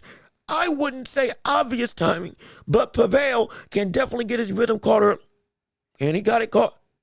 More than got it caught, again. But a standing up, got his literal face rearranged. All because, again, one shot. We saw that same thing with Canelo. Broke, old buddy, Billy Joe Saunders. Couldn't think of him because I was trying to think of Skinny Joe. But the brother big as all get out now. But even still, that's why I couldn't put the name and the body together. But when he broke Saunders' orbital socket off of one clean punch, that was a perfect counter. That's what we just saw Iglesias do. But again, he dominated in a way that even against Billy Joe Saunders, Canelo didn't do. Now, Billy Joe's a better fighter than Pavel, but you hear what I'm saying.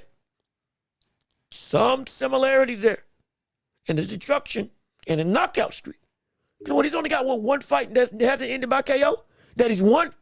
Yeah, now Iglesias is a dog. He's a dog, man. He's a dog. Let me see. Yo, Johnny Blaze, what's going on? How you doing? Good to see you. Thank you so much for tuning in to the show with us on today. We're glad that you're here. We appreciate you on the live. We can't wait to see you on what you had to say, even more so on our show. No one gonna fight, dude. Maybe Lester. Well, I don't think it's a choice anymore. I don't think it's a choice. I think you gotta fight him.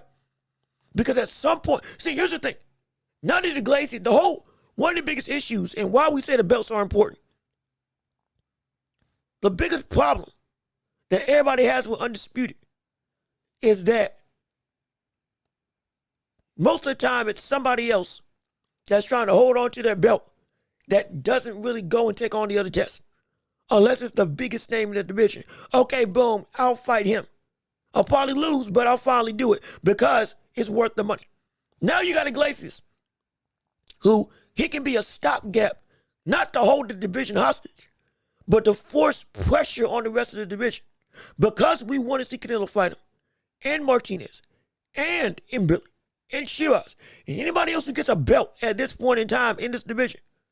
It's a clear-cut consensus that you need to fight him if you really want to be seen as the best in the world at 168. And Iglesias is not going to lay down and just sit idle. He's going to be ready to fight. He's going to be ready to fight. He's not going to duck smoke, and he can apply that pressure now because he can say, I'm the man to beat in this division. Currently. Or at least I have a belt to make myself say, I can hold claim as to I'm one of the top 4. And none of y'all are nothing unless y'all beat me. Yes, Canelo's still Canelo. But Canelo ain't the same Canelo. Yes, Canelo still is the cash cow. Still the prize, the commodity, the hot man in this division. But there's some steam coming off of Canelo. Why? Because he's cooling down. He's cooling down, both in career and in his power and pull and control of this division. And right now it's so volatile, this thing can turn into a combustible canister of chaos at any given point in time. Because at some point, Iglesias is going to be the wall you got to run into. Because there is no avoiding it. There is no ducking it. There's nobody that isn't on Iglesias' level that can beat him in this division. If it isn't Shiraz, if it isn't Canelo, if it isn't Billy, if it isn't Lester Martinez, who beats him in this division? Who? Ain't Troy Williams.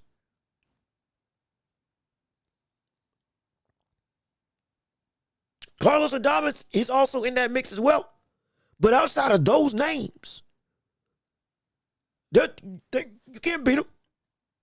It's going to be the same thing. He's going to put everybody out. He's going to put everybody to sleep. It's not going to be close. It's not going to be competitive. It's not going to be it's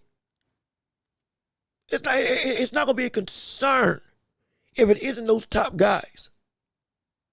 We've got to worry about, he's going to lose the belt eventually. Or he's going to coast around riding high. Anybody that he fights is going to be ended in phenomenal KO. And eventually, the public has a wider scale. It's going to start taking notice. Who the word is this cat? Who the word is this butt? What the word is he doing? How? Wait a minute. What do you mean he's got only one fight by KO? A near a 100% knockout ratio. What do you mean there's somebody that has decimated the whole of this division?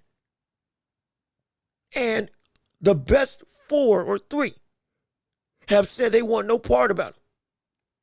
What do you mean? This butt only got 14 fights and is deterring Jaime Munguia away. And he's now one of the 4 belt holders and potentially can get another belt because he can fight for a unified title for one of the other vacant championships that got dropped because of Terrence Crawford. Like, he can force the issue real quick. He can literally do what Ennis'S did. Go through, hey, I want a belt. Give me another championship fight right now. Give me with the WBA now. Give me with the WBO now. Get me those belts. Give me a fight and give me gold. Because with gold comes power, and with power comes leverage. That's the biggest thing that Olays just did not have, leverage. But he got it now. He's got it now. He does. He absolutely does. But let me keep on reading what you all's chats had to say. You're going to see him fight Troy and like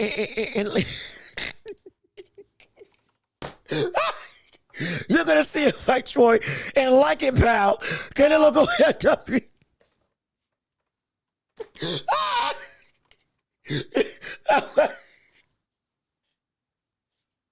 Hey, look at this. We got the problems here. We got the problems here. Hey, look, brother. I don't care what you may want. You're going to enjoy Canelo versus a top 15 guy.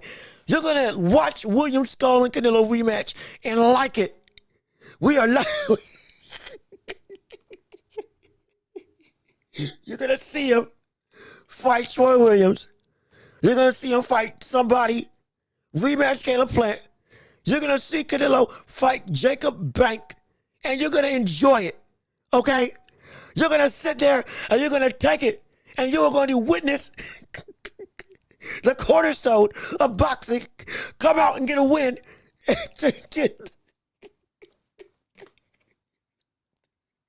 And you're going to clap, and you're going to cheer, and you are going to be happy, okay? Because it's Canelo's world, and we're all just living in it. That's the fact. That's the fact of life. It's Canelo's world, and we're all living in it. That's what some Canelo fans are going to say. I guarantee you. That's what some Canelo fans, stands, let me rephrase that, stands are going to say. You're going to take whatever Canelo gives you, and you're going to like it, love it, and treat it as the greatest thing you've ever seen. How dare you hold Canelo to a standard of excellence that his career also deserves because it's an excellent career? How dare?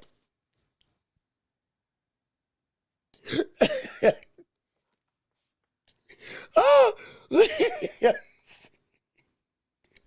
how dare we even insinuate that we put Canelo in a threatening situation? My gosh, woe is me and shame upon my name for even daring to loft the idea that Canelo tries to take a championship, take a title against somebody that is, dare I say, a dangerous opponent.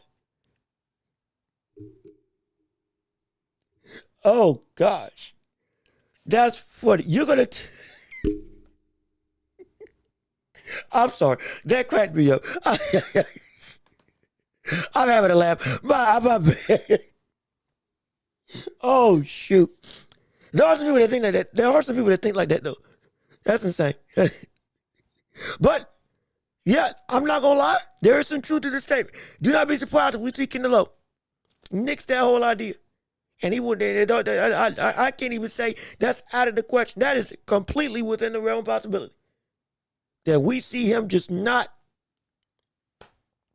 at all, not fight the people that we want to see fight. At least initially, going in the route of getting a championship.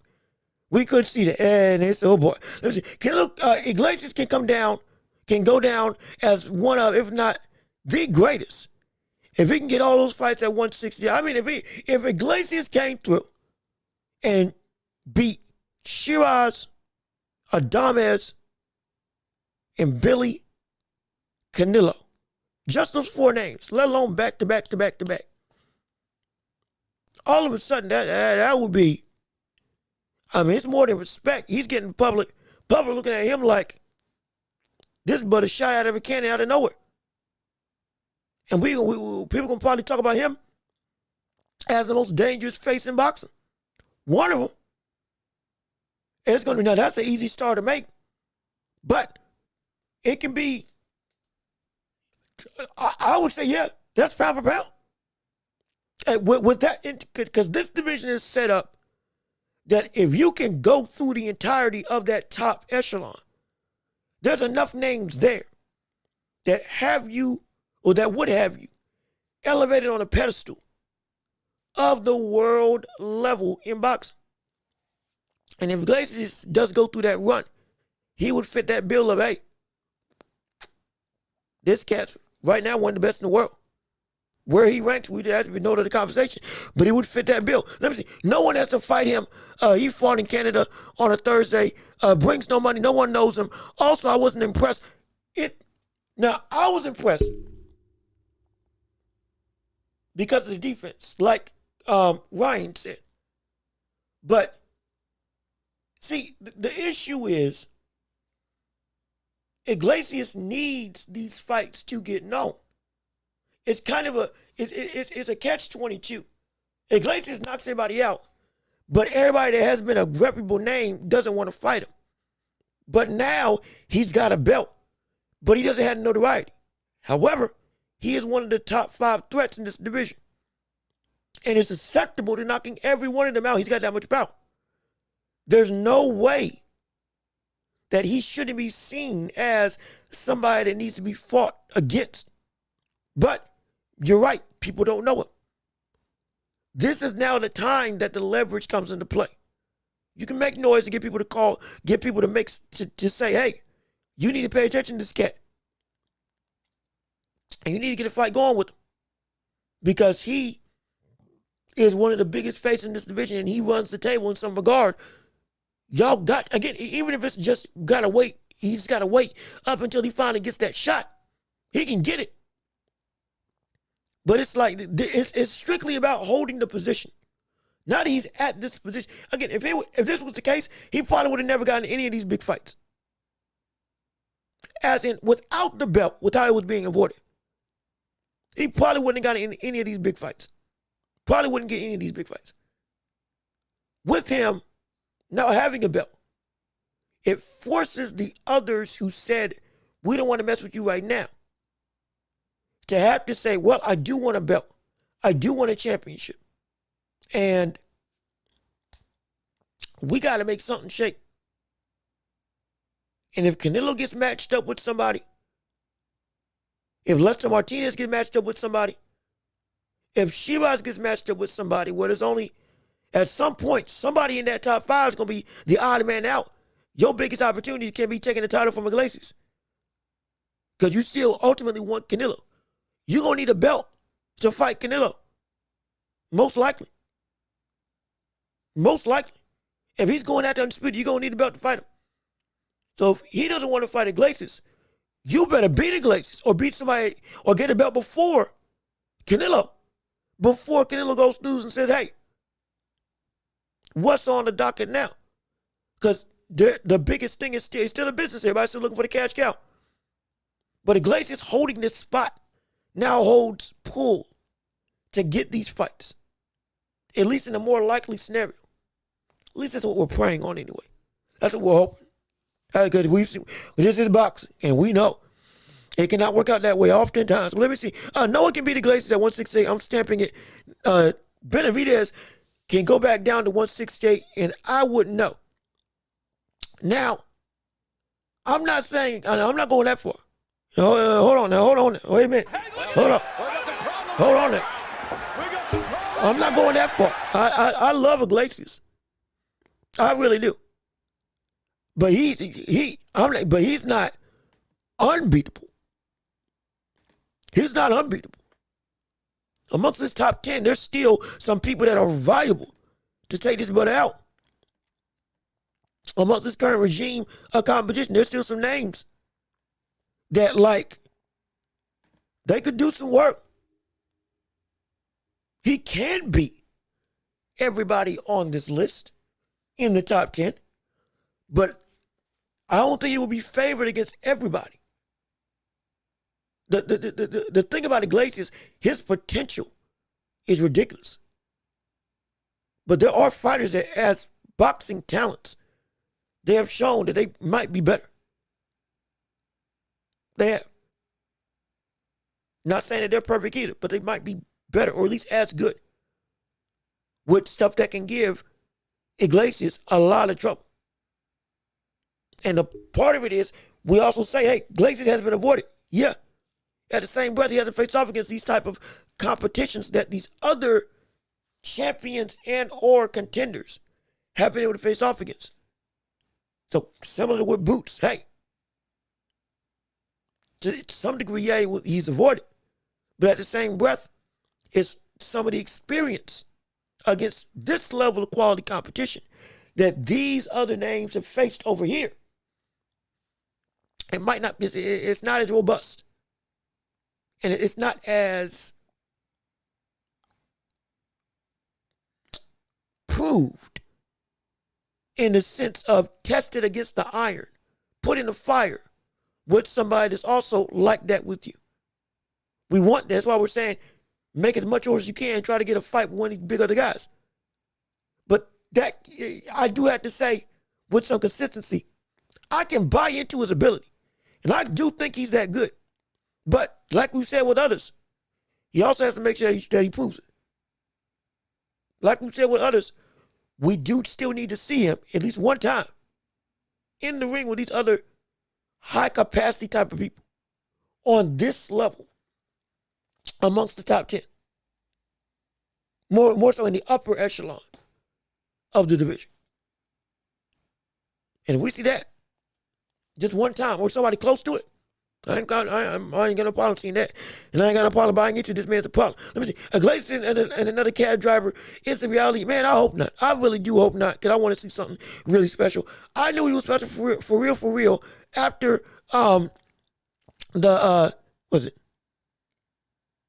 Shishkin. That's what it is. After the Shishkin, or after beating Shishkin the way he did, and I thought Shishkin would give Canelo more problems than Skull. Dang. I gotta watch that fight. I don't think I've gotten to see that one with the Glaciers. I gotta watch that to see if that's true. If that is true, then that's impressive. Yeah, okay, then you did catch it too.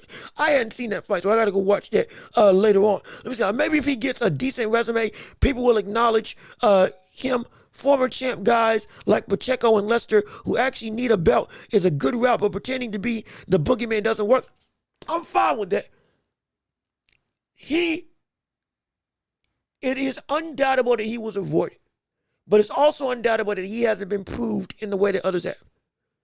I would love to see him fight Lester Martinez. I would love to see that fight. If Lester doesn't get Canelo or Billy, I would love to see Lester. Well, Lester's WBC champ. So Lester's fighting the winner, I believe, of Canelo and Billy in September. Because I think they're scheduled to fight for the title. I would love to see him fight the loser of Canelo and Billy. If Billy loses, which I think he will, put Billy in the ring with Iglesias. That's one win. If you want to go back and follow what we saw Canelo do, put him in the ring with Jaime Munguia. Put him in the ring with William Skull. Do what we've seen other champions do, or other names that are trying to make a name for themselves do. Go the route of beat the people that somebody else already beat in more dominant fashion or in a better performance. Benavidez beat Canelo or beat Plant after Canelo beat Plant. Canelo beat Plant by knockout, but the fight he was losing for the first 4 rounds. Benavidez beat Plant by decision, but he bloodied him up in the worst way I've ever seen Caleb Plant beat, and then didn't lose a round. Oh my gosh, that's impressive. Stuff like that is a way to build your resume. It's a way to get respect and notoriety. And it's a way to help bolster not just your reign, but your name. To make it so that you can be bought into by the public eye. It might be an option. It might be. I'm not saying it's what's going to happen. I'm saying it's a thing that can work. Because it has worked before for other people. Let me see. Canelo Shiraz can't. Adamas a little. And Billy gets killed. Lester gets killed. Pacheco gets killed. Munguia gets killed. Munguia, yeah, I think I can say Munguia beats him. Lester, I don't. Iglesias versus Lester, that's a good fight. I don't know who wins that fight. Pacheco, because of the danger of the power, I'm a little bit concerned about when he gets caught on the chin. If he can take it. Boxing skills are good, but Iglesias has now shown me he's got some good, real skills of his own, and he's a real killer. That's up in the air. Adames, Adames could beat Iglesias. It'd be a gritty war, but he could beat him. It's gonna be a real pressure-driven fight, but he could beat him. And then Canelo, I think Canelo can beat Shiraz. I think Canelo can beat Iglesias, and Shiraz can beat Iglesias. Those are the two that I can say definitively, yes, I think they can. Adams is a maybe. And Billy is a maybe, but leaning towards the side of no. Lester is a maybe, but leaning towards, might be slightly underdog. Pacheco, I don't think Pacheco beats Iglesias. Munguia definitely doesn't beat Iglesias. That's how I would rank in terms of the competitiveness of those fights. The guy you say are ducking him already have fights lined up for belts. Munguia going to fight with Cindy's for WBA. Excuse me. I'm reading too quickly. Let me apologize. Munguia's going to fight with Cindy's for the WBA title. Yep, we saw that and that got confirmed. Canelo and Billy probably going to fight for the WBC. Yep, I believe that's what's going on. Shiraz fighting for the WBO. Yes, they are. We're talking about when Iglesias was making noise and people were saying this guy might be serious.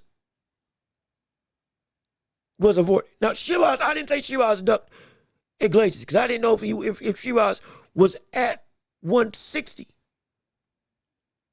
And Iglesias, if Iglesias had moved up, was also at 160 when they were both around, then moved up. Or if Shiraz getting into the division while Iglesias is already here, you can't really duck somebody who was ahead of you or above you. So I don't think I said Shiraz ducked him. Well, at least I hope I did. Because if I did not mean it. And I do apologize. But everybody's got titles now.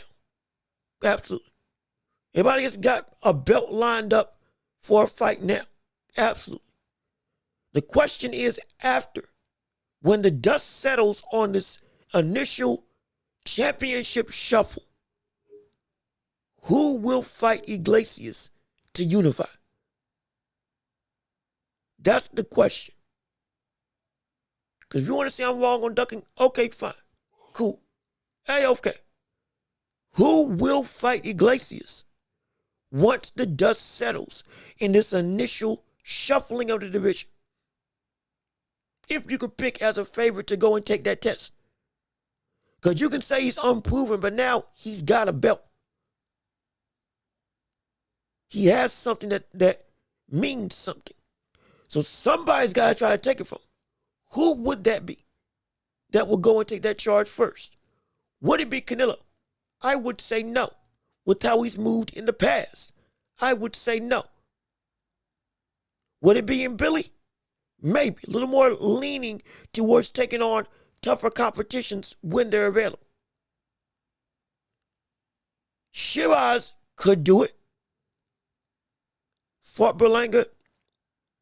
When he came up here in his first fight, got a spectacular win.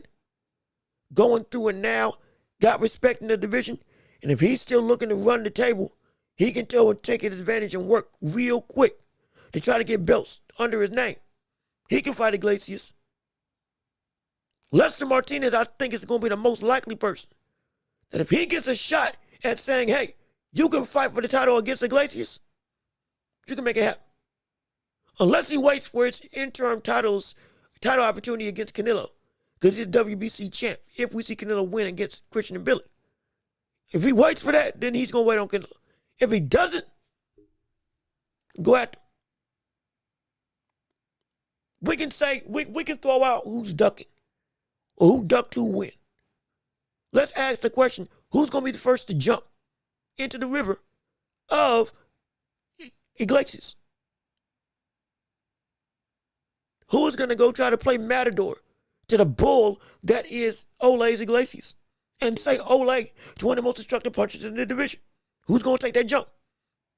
Right now, who's going to take that jump now that you have to take that jump? And at this point in time, I don't know. I don't know who's going to take that jump first. Let me see. Please give him Caleb Plant. He needs to show the world how to beat someone that thinks that they're slick. Caleb Plant is a perfect name to get a spotlight on Iglesias. That's a perfect name to get a spotlight on the talent or the excitement surrounding Iglesias. I would love to see that as the first opportunity. Now, does Caleb Plant deserve it? No, because of the fact that Caleb Plant lost against Rescindies and hasn't fought since. But we're looking to build up another name. Give him somebody that's been in the ring with two of the biggest stars in the sport. He gets a knockout or a destructive finish. Great. He gets exposed. Well, he loses. Shouldn't have been in these conversations. We overblew his ability.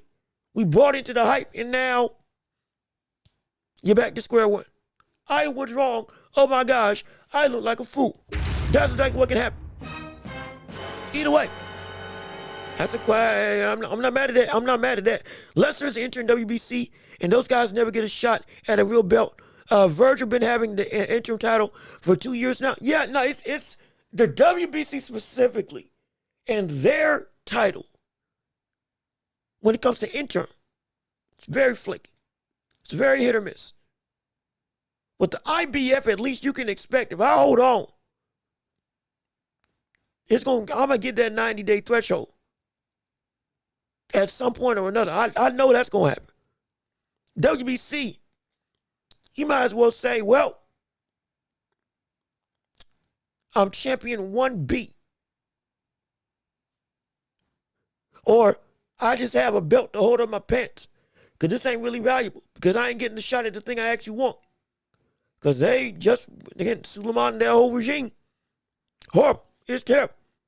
They are despicable. Let me see, can Adams and Canelo have like a 10% chance of beating Iglesias? Yeah, I think it's higher. Yeah, I think it's higher. Like I said, I don't think Iglesias is the best fighter in this division. I think that Iglesias can be the most dangerous fighter in this division. In terms of volatility, one-punch KO, game-changing level power. He may not be better boxers than these other guys, but he can go and end the show. He can. That's what makes him so intriguing. But I don't think he's the best guy out there. But he can become the best guy, potentially. But again, that deals with work and actually doing the stuff. Let me see. The thing about, the things that stick out about Iglesias is that he is a big 168 pounder and has power. Yeah. Yes. That's not bad. But that's exactly what makes it exciting. He's big for the division. He's big for 168. And he is stopping folks, no matter what type of talent that they are. That's the thing. It is the way that he is winning that makes us very, very intrigued. It's the way his power is being displayed that has us drawn. I can buy into that. I can buy into that in terms of, like, I'm not mad that that is the case. If his skills aren't up to par, these names that we're trying to put him in the ring with are going to expose him. They're going to expose him if he's not good enough. But what he does have right now, give me credence to say, there's something that can give all these guys some trouble. Even if I feel these guys are better boxers than him. And because of that dynamic, hey man, he could shock me. I want to see him in the ring. I really do. Let me see. Ramon Vasquez, how you doing? Good to see you. Thank you so much for tuning in to the show. With us on today, Olis Iglesias, Carlos Adames, Hamzat Shiraz will take over the division. Right now, they're the rulers. Right now, they are the rulers with Mbili and Lester as the other two very good quality opponents. These are some of the leading candidates in this division. It's quickly it's top heavy. Division's top heavy now, but that top heavy level is good. It's really, really good. Let me see. One more thing. Who is the best in the division? Watch. I say Canelo. I still say it's Canelo. Even with everybody is not Terrence Crawford. Everybody cannot beat Canelo. Though we say Canelo is diminished in skill. Canelo is still, right now, the leading fixture of this division, the most proven, the most tested, the most acclimated, has shown some of the best skills, even in a regressed state. And with a regressed state, he has still been seen as the best in the land. And he beat out everybody else that was trying to get to that same throne. He still is the man to beat as a talent. There is nobody I'm putting above Canelo right now. Because when Canelo lost against Crawford, guess who was number 2 in the division? Canelo Alvarez. Guess who was the second best fighter in this division? Canelo Alvarez. He ran the division before. Before that, we were saying Iglesias was a threat, but we weren't saying he was better. Before that, we were saying Shiraz is a big threat. Similar things to what we saw with the likes of Benavidez. We weren't saying he was better. Before that, we were saying we saw Lester and Billy look great. Oh, they could give Canelo a great war, a phenomenal chess match of action. But we weren't saying they were better. That hasn't changed. At least for me, up until I see otherwise. That hasn't changed for me. It's still Canelo. It's still Canelo's division to win. It's just the gap is a whole lot shorter. The gap is not nearly as wide as it once was, but it's still wide enough that he reigns at the top from the talent perspective, not just name. Now, if he gets beat, he gets beat. It is what it is. But until that happens, by somebody that isn't Terrence Crawford, at this division of 168, with the people in the division at 168, he's the best 168 pounder in my opinion. Truly, I think that he is. Let me see. This will be the last thing I'll say about Canelo and the 168, because we still got to move on. We still got to talk about Inoues and Ben Rodriguez and Shakur Stevenson before we get on out of here on the show. Even though it's still the championship rounds, be clear, y'all still controlling the show. I just wanted to make sure I did touch on those two things before we left the building on today. But let me keep see. Canelo gets in there with Iglesias. I'll put my savings and say that he gets stopped. If Canelo got stopped by Iglesias, I'd be shocked. If Canelo got stopped by Iglesias, I would be shocked. My God, I'd be shocked. That would be insane. That would be insane if it did. If it did, I wouldn't bet that. I wouldn't make that bet. I would not make that bet. But I get why. Because of the capacity that Iglesias has as a talent. But let me see. Love King. And if Tyson Fury loses, is his career over? Oh, against Makhmudov? Oh, yeah. Oh, yeah. Oh, yeah. Oh, yeah. Oh, yeah. Yeah. Yeah. If he loses to Makhmudov, yeah, his career is done. If he loses, he even said in the press conference, hey, look, take me out back and put me, do me like old Yeller.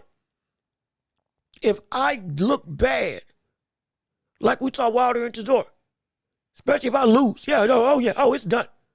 Oh, take it, we're over that. Tyson Fury is finished if he loses against Makhmudov. If he loses against AJ, a little bit different. He might want to run that back with AJ, because that might be a close fight.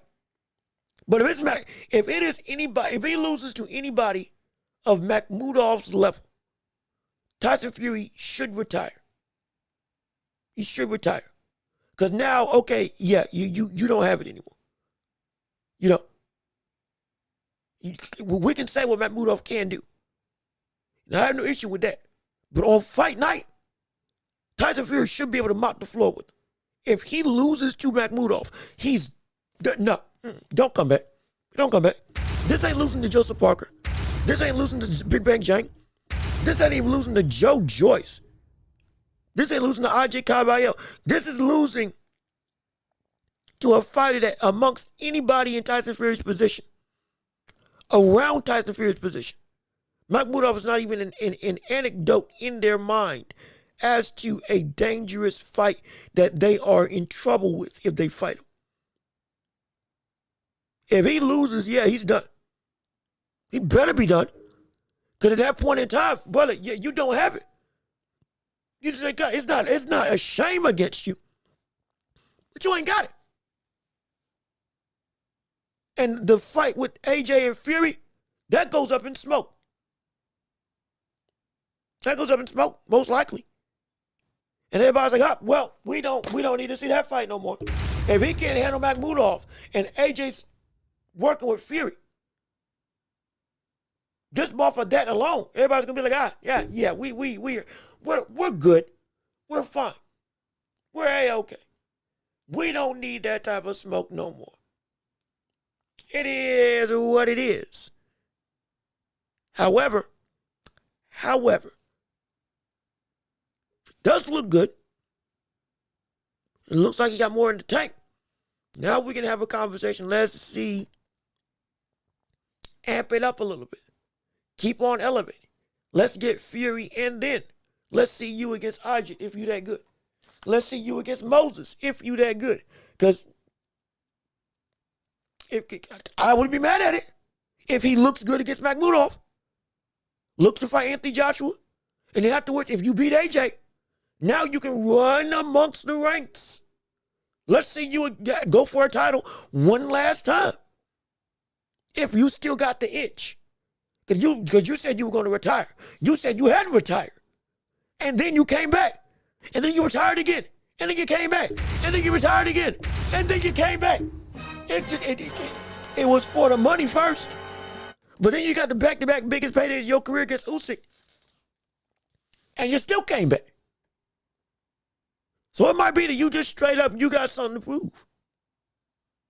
It might be that straight up, you just got something, you just have a means of anticipation.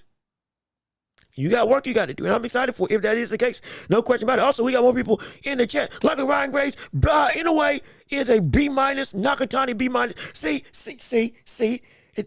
You know what? It's better than what it was. It's better than what you had it before. It's better than what you had it before with your rankings of Nakatani, at least with Inoues, and with Nakatani. So I'm down for it, absolutely. Also, real quick, hold on. Matt Borgerson, what's going on with you? How you doing? Good to see you. Thank you for tuning into the show. We appreciate the $5 super chat. Hey, man, I ain't seen you in a minute. I'm glad that you here. I'm sorry, $2 and $5 super chat. Wait a minute, that's $7 combined. Oh, Lord. Oh, wait a minute. Hold up. Oh, buddy. We making dough. We getting bottles popping. Tables going asunder. We making money right here on the Empire. We appreciate your alms to the Empire. And if anybody wants to try to outgive Mr. Moneybags and the likes of Matt Borgerson, we appreciate it if you want to go through and support the channel. Cash App, PayPal, super chats and gifts galore. If you can't support it, it means the world to me. What a way to end off this Friday afternoon. I'm telling you, it's great. We love the conversation. We're going to have a bunch of Discord. This is actually perfect because I'm not going to be able to, I might not be able to stream next week and this weekend because I got business across the country I got to go handle. But, hey, you might see me in a different place coming through and streaming in a location maybe near you in a little bit, or at least in the vicinity. I don't be walking up to me. But, hey. We're going to see how that goes. But it's a perfect way to end off the stream. But let me see what Matt Borgerson has to say. I think Fury will lose. He's going to be washed up. See, that's you the second person. You are the second brother that has said you are scared that Tyson Fury may be washed up. And again, washed up in what way? Is it outright ability? Or is it just with the movement?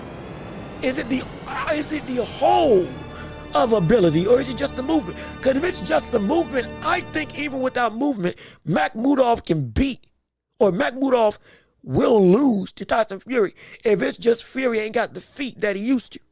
But if it's everything else, then that's a bigger fault than I think we would see Tyson Fury have. That's interesting. That's interesting. I wonder what y'all are seeing that I'm not.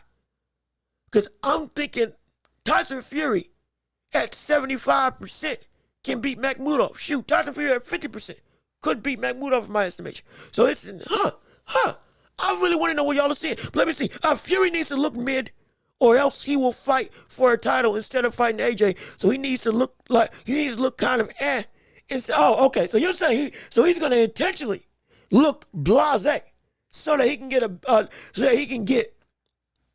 a fight with Anthony Joshua, or he's going to get a title shot if he looks too good. I think that's what, am I reading that right? Fury needs to look mid, or else he will fight for a title instead of fighting Anthony Joshua. Oh, okay. So you want him to look mid so that we don't get him fighting Usyk for the title next.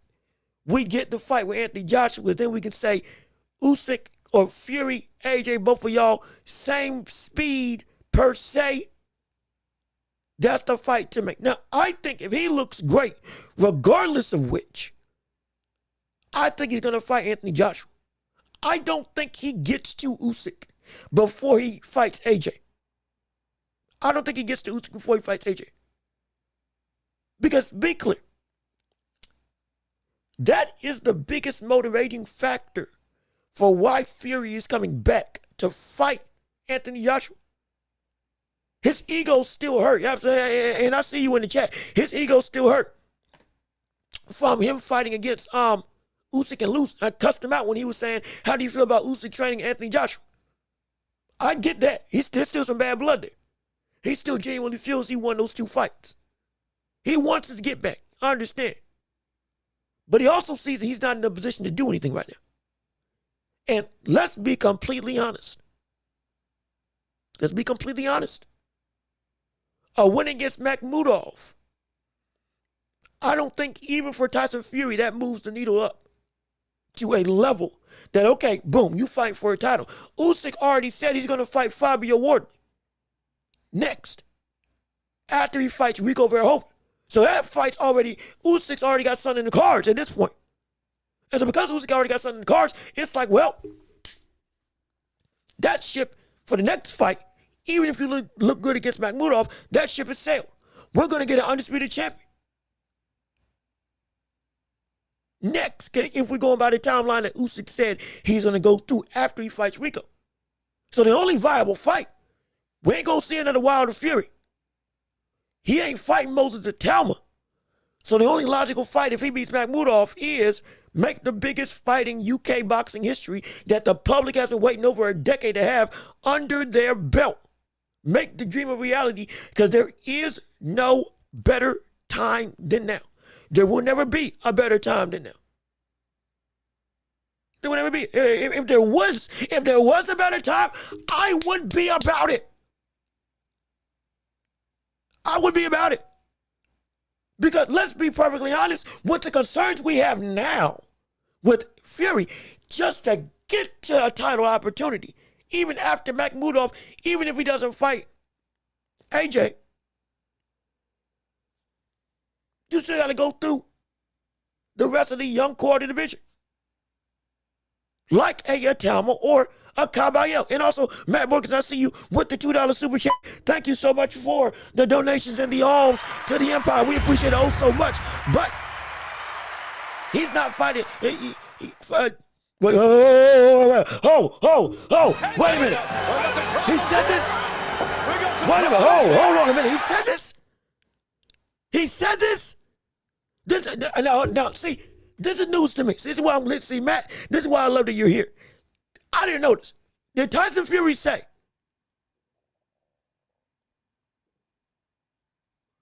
was it Fury or Usyk that said he's going to fight Caballero next?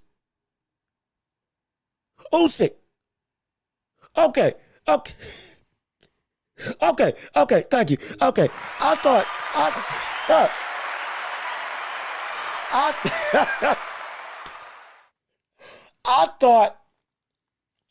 thought you had said, Tyson Fury said, after this fight, I'm fighting Ajit. I was like, what the world? I was about to lose my mind. Brother, I was about to jump around this room. If that's the case. Woo, shoot. That's insane. Okay, so Usyk said he's fighting Caballero next. Now that's... Let me see if I can find it. If that's true, again, Cabello deserves the opportunity. And he should have it. It should have been a long time ago that Cabello got the shot. It should have been next. And we're being completely honest. Instead of the fights with Wilder or the fights with Rico, it should have been Cabello got the shot. And this should Cabello versus Usyk, either in Germany or somewhere in the UK, or if he wants to have a, I don't know, well, that fight would still be big in the States because it's Usyk. Wherever. That should have been the next fight. If he's actually going to give him the shot, that brother, shoot. The last time I heard, he was going to fight Wardley and get his undisputed status back again after he fought Rico. But if he's fighting Cabello, hey, both fights are phenomenal. Both fights are incredible. I'm just surprised. I'm very surprised. And the last time I heard Usyk talk about what his career was going to be, it was Rico, Wardley, Fury. Fury has the last fight of his career because he said he's got 3 fights left in his career. And that was the route that he mapped out. If he's changed, great. Unless I've heard differently. Again, unless Matt is right and we've heard differently or something's came out new. That was the known track of Usyk. 3 fights left in his career. He said this on Inside the Ring, and it was Rico as the first one, Fabio as the second one for Undisputed, and then a trilogy fight with Tyson Fury to end his career. That's what he said. If that hasn't changed, great. If it has changed, very interesting. Very interesting to say the least. But let me keep on reading what you all I have to say. On to the Usyk is B. Look, if Usyk's a B fighter, what else is what Usyk beat everybody, everywhere, at all times. I don't know what else he needs to show. If that's not A+. Now, granted, you did have Tio as an A- fighter. And then Shakur. So, yeah, but no, your ranking's a little bit different. I understand. I get the gauging. But let me see. I want you, let's be real. Hey, yo, let's be real. Real, how you doing? Good to see you. Thank you for tuning in on the show. Eddie said AJ needs a fight before Fury, and he wants Wilder. They did. He did say that he needs to fight Deontay Wilder. In fact, we can actually, mind you, we still have to talk about Naoya Inoue and Nakatani. We are still going to touch on that before we get out of here. Mark my words, that is happening. That is guaranteed that we are going to be discussing that. But in the whole of this conversation with Anthony Joshua and all the like, Eddie Hearn did say he needs to fight Wilder as the comeback fight, or rather, I'll gladly have Wilder as that comeback fight for Anthony Joshua so that we can have AJ be ready for the biggest fight, which is him versus Fury. And crazy enough, calling Wilder a tune-up is ridiculous in the sense of what we knew about history, of what Wilder used to be.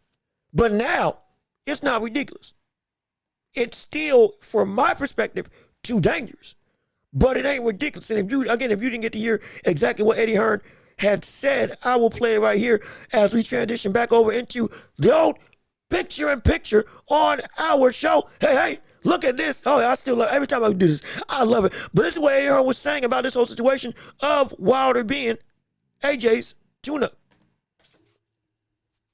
We need a warm-up fight before we fight Tyson Fury. Because AJ's coming off the accident, he's rehabilitating his body, etc. We'll take Deontay Wilder as that warm-up fight. And then we'll fight Tyson Fury in December. Pretty much calling Deontay a warm-up. Yeah. Eddie. He just sent Chisora into retirement. I was there, I was sitting front row. By the way, I respect Wilder, and I think he looked much better in that fight than he has done previously. Correct. But let me tell you, because I was 6 feet away, Anthony Joshua will walk through Deontay Wilder within 3 rounds. Yeah, and so, bold claims by the likes of Eddie Hearn. But a good portion of that, yeah, that's that about tracks. We need a warm-up A good, fight before we okay, Eddie. Okay, Eddie. Hey, look, it's my show, Eddie. Hey, brother. Shut up. So, I would never do that in front of him. But he was saying, but even still, Eddie's right. Much we played this yesterday or Tuesday. But again, we're just revisiting the conversation because there's still more to it. Calling Wilder a tune-up is not just valid. It is the reality. Wilder at this point in time has regressed into fighting tooth and nail with the heaviest that Derek Chisora has ever been. And the magic of this late run with Chisora, it was away. It was gone. This Chisora did not like the Chisora that was going through and being able to beat Joe Joyce in a war. He wasn't saying, this was the 50th fight. This was his 50th out. And he was going to retire regardless unless he actually beat him. And that reporter trying to say, but Wilder sent Chisora into retirement. But they both almost went into retirement after that fight. Even with Wilder looking better. That was tooth and nail. Wilder said he was taking it easy, but I think that was a split decision. I thought it should have been a draw. You like that again, much better than what he was before this fight with Derek Chisora. But my word is still bad off. And AJ's gonna mount the floor with him. I don't want AJ to fight Wilder, however, because like I said on Tuesday or Thursday, I don't want to risk this fight going awry with Fury. Train with Usyk, sign on the dotted line for Fury, fight Fury. Wilder has enough punching power that he can knock you out even with him being still a shell of himself, even though he's a better shell than he was before this fight with Chisora. I don't want to risk that when I know the fight I've been begging for almost 5 years, in terms of what I've gotten into boxing, has now almost come into fruition. Make it happen, please. Because then if Wilder knocks out AJ, because that's the only way Wilder can win, all of a sudden now we're going to say, well, should Tyson Fury fight Wilder for a third time? Should Wilder get a shot with Usyk? Lord knows we know the answer should be no. We don't want to see any of those. For the sake of my sanity, please. Please, fight him after. Fight him after you fight Fury. I just don't need that. I need that Fury fight now more than anything. I need that Fury. That's me. I need that Fury fight now more than anything else. Let me see. Usyk is still okay. So Usyk's still fighting Wardley. I'm lying. See, y'all are telling me stories left, right, and center. This is ridiculous. I'm getting confused now. My Lord, Love King, will you be streaming the fight for the fight tomorrow? I'm not. We going trekking across the globe. Got to handle some stuff over across the country. But if I can, I'll keep on streaming the week. So afterwards, Tuesday, I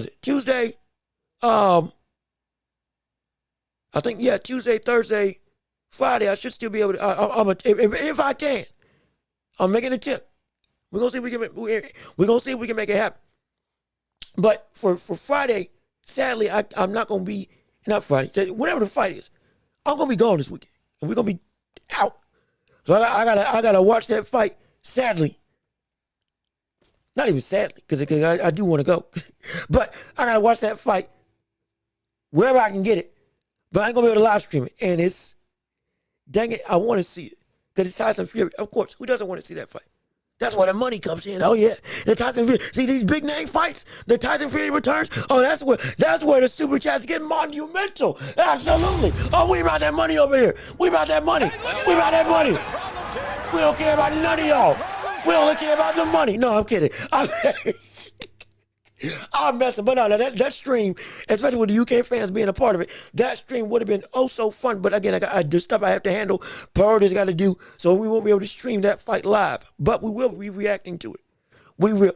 I guarantee you, we will, and I can't wait to see it. No question about it. Let me see. How can Eddie say that how can Eddie say that when Joshua's last 4 wins was an inactive Ennis'S, Wilder in the first round, and an MMA fighter, or excuse me, KOing an MMA fighter and a YouTuber? I get it. I completely understand. Anthony Joshua's resurgence hasn't been the prettiest thing. He beat Jermaine Franklin. He knocked out Robert Ennis'S. He went through and fought his way into Dubois. He got knocked out by Daniel Dubois. Then he beat Jake Paul, which again, it's Jake Paul. We knew that was going to happen.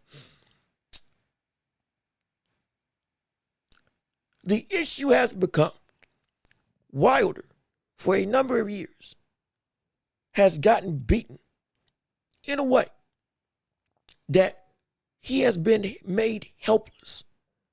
Absolutely helpless.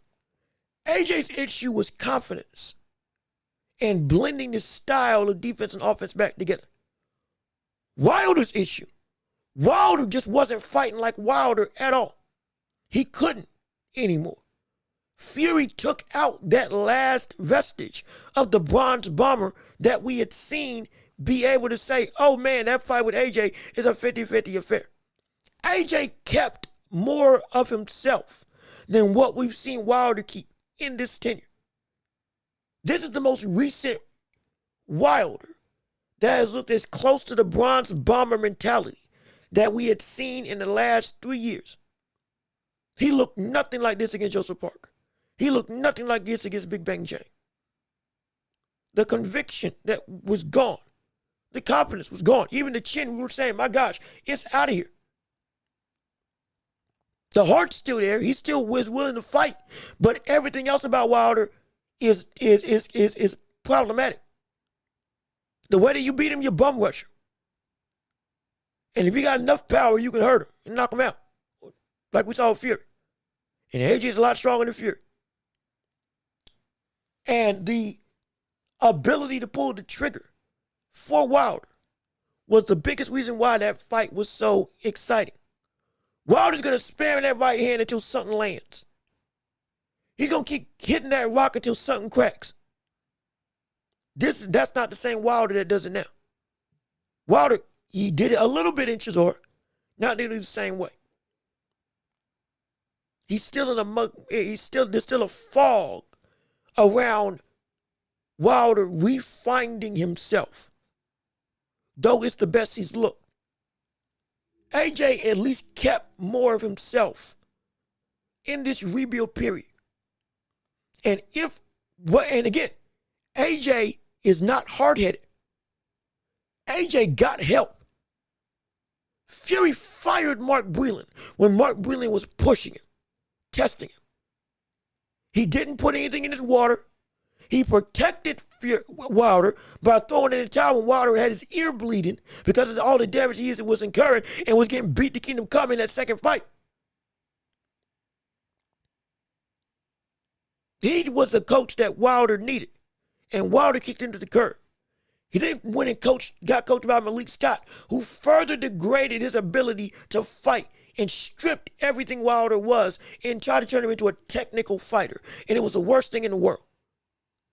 And even now, Wilder still doesn't listen to the stuff that actually can make him better. He has been this way a long time. This ain't just a new thing. And Wilder never got the help to push him to be different, or to push him to say, this is what you need to be. And slap him upside the head and say, hey, brother, get back to what you know you can do. Ain't no, you know better. You gonna listen and you gonna evolve, or at least get back to starting form of what you were. Because this ain't working and clearly you don't know better. He pushed away everybody that did that. Because think about it. everything that was happening in the past. Excuses, excuses, excuses. Tyson Fury, excuses. Stuff with the water, excuses. Why he lost in these other fights, excuses. Every fight has been an excuse, and instead of accountability, I am not better. I was able to go by off of my athleticism and my speed and my power, but my athleticism is gone. The people that were training me, even with the rudimentary skills I got, that were actually keeping me competitive, well, I nixed them to the curb, and I am in trouble. He did not want to get help to turn him into the fighter that he could be during that whole Fury saga, because he felt he knew more. Usyk beat AJ, and AJ, after searching for other trainers to help him out, leaving Ben Davison, going back with Ben Davison, working with Derek James, he sought after an answer, and finally said, the man that beat me, I need you to help me. And he went to Usyk. And if this does work, all of a sudden, it can be great. But he did not stay hard-headed in working to get himself better. He did not say that what I am is what I am and that's all I need to be. He went and said something's got to shift, and he won. He won. That's the difference. He's won. He's won in multiple instances and circumstances. Since the downfalls. When he was shaky at the start, he still won after the Ruiz situation. He fought Usyk in 2 good fights and then retooled and won twice. Wilder had 1 knockout against Robert Alanis and then kept on losing. It is not the same perspective, at least to me, of why Wilder is where he is and why we see AJ as where AJ is. Hey, AJ's going to mop the floor with him. I'm not using Jake Paul as the barometer. Oh my gosh, yeah, he did this to Jake Paul, he's going to knock out Wilder easy. No. Jake Paul's a bum in every sense of the word as a fighter. Some would say as a person too, but as a fighter, he's a bum of the highest caliber. But he handled his business. And what we saw him use in taking Jake Paul seriously was some semblances of some of the new realms of thinking that we saw from Usyk. Oh, this is a fight that you're supposed to win and you won it easy. What did you show about you in this win? Though it wasn't something we're saying makes you competitive, just a skeptical look at this new revamped AJ. And what I saw, I liked. What I saw was a person that was fighting a little bit closer to what he was fighting as when he was reigning as that top of the division. Hands held high, committing to shots, actively being confident in throwing, being fundamentally sound while still looking to impose his presence and power, which he couldn't put that together after he fought against Andy Ruiz. He's got that back together now. It does not mean that Jake Paul is the barometer. Oh yeah, he can do everything against everybody. But what we've seen visually was a recapturing of an old era of AJ in some regards, doing the stuff that you used to do that made you what you were back then. Wilder, that was the problem. And he still, even now, is showing flashes, but he can't pull that same trigger the same way. And he can't goad himself into going there. He was slow to recognize that Chisora was hurt. He let Chisora off the hook when Chisora was hurt. Per his own words, my brother was too hard or was swelling up and all that stuff. I didn't want to hurt him too much, even though you fought him to a split decision. I didn't want to hurt him too much. So I let my foot off the gas. He got to fight for his family. He still got, we want to take care of each other. That's absolutely true. But you got a job to do. And if you were still that mentality of killer, you would have done it. And somebody in your gym would have told you that's what you need to be. And nobody's in there to do it. This is me saying this with the best performance he had. That's the problem with Wilder and AJ. We got more confidence that AJ can pull this trigger than Wilder. And we got AJ looking closer to a good form AJ than Wilder. Even though this was the best we had seen, it ain't good. We didn't call that fight a good fight because it was technical. We called that fight a good fight because it was just a slugfest. And we had even seen Wilder want to throw slugfest in 4 fights. This was the bare minimum for Wilder, and he finally got back to that. Thank gosh. But this still ain't the same. This ain't that guy. We can see it clearly. Why? Because there's people that are worse than AJ that we can say, yeah, they would beat Wilder too. We can say Joe Joyce lost to Chisora. We can say Joe Joyce could still beat Deontay Wilder. We could say that now. That's not out the realm of possibility. And you know it. We could say Joe Joyce could potentially put out Deontay Wilder. That is not out of the realm of possibility at all if they did fight. And Joe Joyce lost to Chisora. That's not a scale that bodes well. We're comparing it against somebody who is working with the best fighter, or currently the best heavyweight in the world, and one of the 2 best fighters in the world, in Usyk. That's going to tell him exactly how Usyk beat him, so he doesn't make those same mistakes again and turn him into a better fighter. Yeah, I think that's. I'm scared. I'm really scared. I'm really concerned. Isn't it easier for AJ to look more like himself versus terrible competition than Wilder fought Zhang and Parker? No. And the reason being is because Wilder still had, if Wilder was the same Wilder that he has been, even against the likes of Fury,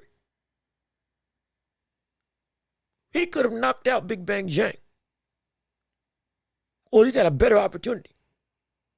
Joseph Parker wouldn't have been that much of a one-sided affair. Shoot, Fabio Wardley was getting pressured in a similar way as we saw with Deontay Wilder and Joseph Parker. Same way. And just like Wilder, Wardley started late. Just like Wilder, Wardley is not the greatest technical boxer by any means. That brother still put on a better performance. You want to say he's younger? Deontay Wilder has the capacity to still be one of the most athletic people here in this division. 6'6", 82-inch reach, got everything you would want. Still, to this day. That's wild. Even now at 40. And we saw some of that speed come back. Some of it come back in this fight with Chisora. He could still do it. If he was the old Wilder, even at 40, he would be able to do a whole lot better against Joseph Parker. He'd be able to do a whole lot better. Then you want to bring up Robert Elenius and say, oh, he faced off against better competition. He also fought Robert Elenius, Anthony Joshua. And Robert Elenius got knocked out in 1 round off the back foot of a Wilder, but Wilder did not look good on the back foot. He just landed the right hand. Boom, 1 hit. 3 punches, 1 hit, he's done. AJ, with a wider scope of performance, outboxed and knocked out Robert Elenius in a more complete fight. And the knockout was just as destructive. Robert Elenius was down stiff as a board on the ropes, same way that he was like when he fought against Deontay Wilder. Same competition.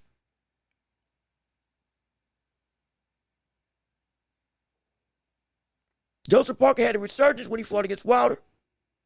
Understandable. Big Bang Jang had been and was in that real heavyweight contention for a title type of situation. Absolutely. But the issue is, AJ had been proven at that high level before.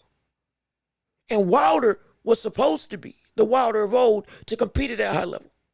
But after Fury, which if he had been able to sustain himself in the way that he had fought against Fury, maybe those fights could have gone in a different way.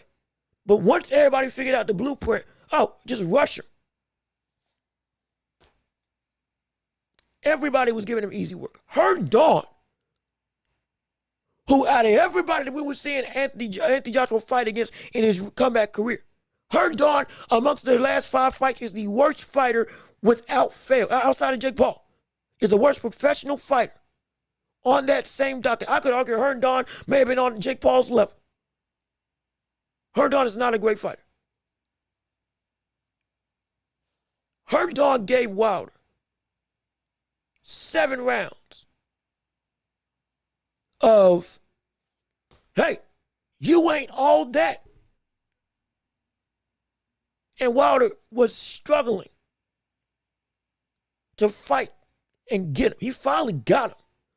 But it was more like a Dawn just kind of said, It wasn't like the knockout that, he caught him, he's down, he's gone, he's unconscious. It was more, it was like a lackadaisical kind of give up scenario to some degree. He still hurt him. He still went wild style for about 60 seconds, but it was just kind of, It was when the fight ended, it was like, he stopped it? Wow. Good for Wilder. Wasn't impressive, but good he got a stoppage. I didn't even think that fight was going to be stopped with that type of situation. Maybe a round or 2 later. Not then, but still it happened. Credit to him. And again, we talked about this earlier in the show, in earlier this week, excuse me. So that's why Wilder, though they both had a run of streak of fights to get back to this point, there is a completely different connotation as to what these fights have meant for them in the heads of the boxing world as to who's competitive and who's not. AJ stayed true, Wilder did. And Wilder still is finding himself while AJ looks to be, he's almost there. Or at least a whole lot closer. Whole lot closer. And AJ's fight with a chip on his shoulder. The same thing that we saw Deontay Wilder, his daughter's spina bifida, that he got into boxing for, that same driving force that turned that man into a killer. Now, Anthony Joshua understands that on his own right with his friends that passed away in that car crash sadly. All of a sudden, he's got a new thing in his back. He's got a new battery that's driving. He's got a new force of will that is more than just him. And everything that we've been seeing as he prepped for this return has looked to say, okay, he might finally get it where he needed to be. He might. He really might. And so, if you say it's unproven until AJ gets up against that type of competition, fine. But there's a reason why I'm gladly saying I will take Wilder beating or getting beat by AJ any day of the week at this stage. Shoot, if AJ fights like he fought against Jermaine Franklin, he beats Wilder now. If he just operated off the jab, coming forward off the jab but staying defensively responsible, guarding against that right hand, he could be he could be Wilder. That version. Forget this version is trying to recoup and recover. That version could be Deontay Wilder. This current version right now. That's why I say it ain't gonna be close. I don't think it's gonna be close. But Again, that's just me. But look, I rambled way too long. I do apologize. That was me going on a tangent, and I was not trying to. I was trying to buy myself some time to set up another instance of showing the next segment, and I done lost myself and thought, that's my fault. I apologize. I'm trying to be exciting, not boring. Lord knows we can't have that. And this is Championship Round School. Got to make sure that we keep you all entertained and invested. So we're going to go right into the last topic of this show, which is right now the likes of Nakatani versus Inoues. The fight that's less than a month away. Everybody is excited. Everybody is gung-ho. Everybody is all up in arms for what is going to be one of the most high-profile, exciting, and insane endeavors for this fight as a whole. But there's more to it than just the fight. It's what comes afterwards. That's the thing. Let me see. Let's be real. Though we have different perspectives, I appreciate the thoughtful reply. Hey, look, I appreciate. Like I said, we want you to disagree or agree. We want you to have. If you don't think what I say is right, that's fine. We just want to give you the thought process of what's going on. We're here to debate and toss around ideas. We're here to give you a new perspective and just a new idea. And if you don't agree, tell me what you think. Let's come to a consensus. We're trying to make people better fans, better, smarter fans, more informed fans, and give people a new look on life when it comes to the landscape in boxing. Because you got a lot of people, they do a whole lot of things, and I love what they do, but all I can do is give you the best type of discourse, content, and hopefully thought-provoking entertainment, as well as just fun and all-around good debates that you can garner. So hopefully you like it. Hopefully you enjoy it. And if you don't agree, hey, I'm all with it. I love to hear how you feel about your own opinion on any of these matters, and I love the interaction. No question about it. But I went too long. I'm so sorry. That's me. I know I bored some people in the chat. We're going to go and amp it up real quick, because this is the last part of the show, because we got to go and get out of here real quick in a couple of minutes. So, ladies and gentlemen, the last topic, Inoues and Nakatani, the fight everybody wants to see. Now, there's more to this fight than just this fight. Because if you didn't know, when it comes to the world of Nakatani and Inoues, there's been some ruminations from the monster in himself about what he's going to do next, and what he's going to do next looks to be Bam Rodriguez. And of course, as you can see, as we as the picture was over here, it's gonna be on the zone. If you want to watch it, it's gonna be on the zone. 4 o'clock in the morning. Get up. It's gonna be on the zone. You doggone right, we're gonna be watching this fight. You doggone right, we're gonna be watching this fight. I can promise you that. On this show, on this stream, you better be here. Oh, we about to be packed out. We about to be packed out for that fight between Nakatani and Inoues. But after this, on the zone, which you can buy it and watch it live, and I'm not a shield. I ain't getting paid by it. I'm just like, so you know how to buy it. But after that, Inoues has now stated that 126 is getting closer and closer into his dynamic of competition and ending of his career. Because that's the word on the street with Inoues. That's the word out of Inoues' own mouth. When Inoues gets to 126, his career is done. Hey, My gosh. It's finished. It's finished. It is finito. That is the last stop on Inoues' career when it comes to him fighting. If he becomes undisputed there, great. But after that, he's done. But with that being the case, he has now stated that there is one more man that he may want to go and fight against in this division. And as he's hinted, he was on a live on TikTok. I think it was TikTok. I think he did TikTok live a couple days before his birthday. And essentially he was saying, 126 is my last fight. After Nakatani, I'll probably move up unless I fight one more guy, which I'm really excited to fight if we can make it happen. And paraphrasing his words. But that one guy is Bam Rodriguez. It's Bam. Bam's getting ready for a fight in his own right that's getting ready to happen. But at the same breath, he's also prepping for what's going to be the biggest instance of his own career as he's getting ready to fight for one of the biggest fights of his career next. Because he may be moving up quicker than we may expect. Even though Bam just got to the division. Even though Bam's getting ready to fight for a title in his first fight at 118. The division that, in a way, formally dominated in and really started the peak of his powers and prime. Now we can see, or rather now we already knew, Bam was going to fight Junto Nakatani next, initially. Before that fight got nixed, and when he was trying to fight, when he was fighting Kafu and Martinez, specifically Martinez was not supposed to be the guy that he fought. It was gonna be Nakatani that he fought against, but Nakatani's promotional people, they shot that down because they had other plans for Junto of him moving up. But that's how that happened. Since that's the case, winner of this most likely is going to be fighting Bam at 122. Almost assuredly. Almost assuredly.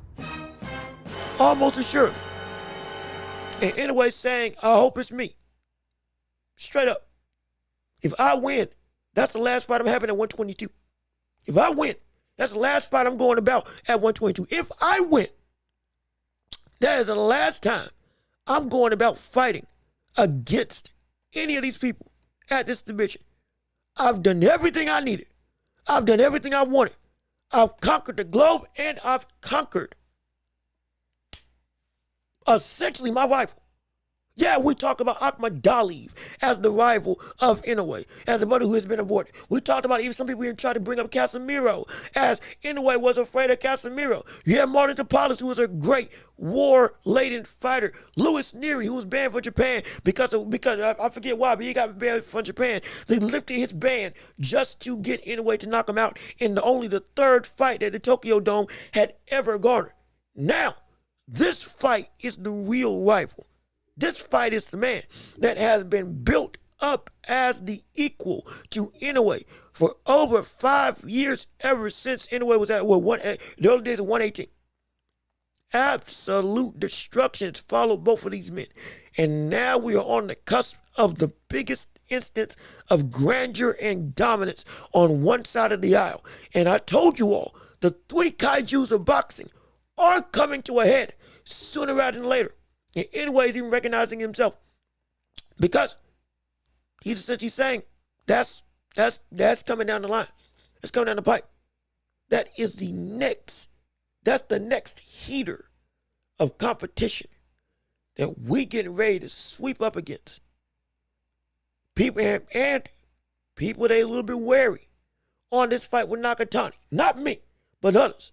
Due to the fact that they're saying Nakatani may not be as competitive due to what we were seeing from him against Hernandez. Well, Hernandez arguably should have gotten that win in the co-main event of Nakatani versus Dave Allen. And now, some people are saying, this fight ain't going to be close. It's still probably going to be close. I got Inoues winning, but still probably going to be close. But if that ain't close, then Bam versus Inoues. If you don't think this fight's going to be what you think it should be, that fight will.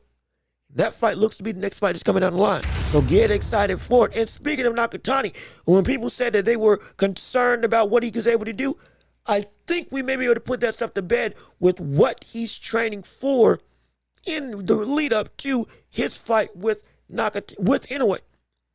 Because I think we played this earlier, like a couple of weeks ago, with Nakatani training a certain combination in a certain hand. And he's using that now in this footage, and I think this is going to tell you the story of what he's going to be trying to be doing in this fight against Junto Nakatani. I'll even let it play for you all to be able to see right here on the side. In fact, bump this. We're going full screen for this. I want y'all to get the full breadth of perception of what exactly Nakatani's training for in this preparation with Inoues.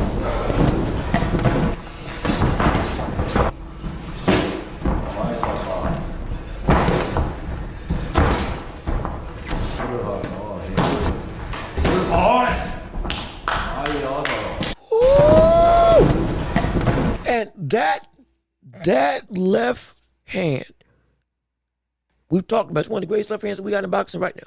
The left straight is one of the most lethal weapons, but it's that hook that he was training a couple of weeks ago.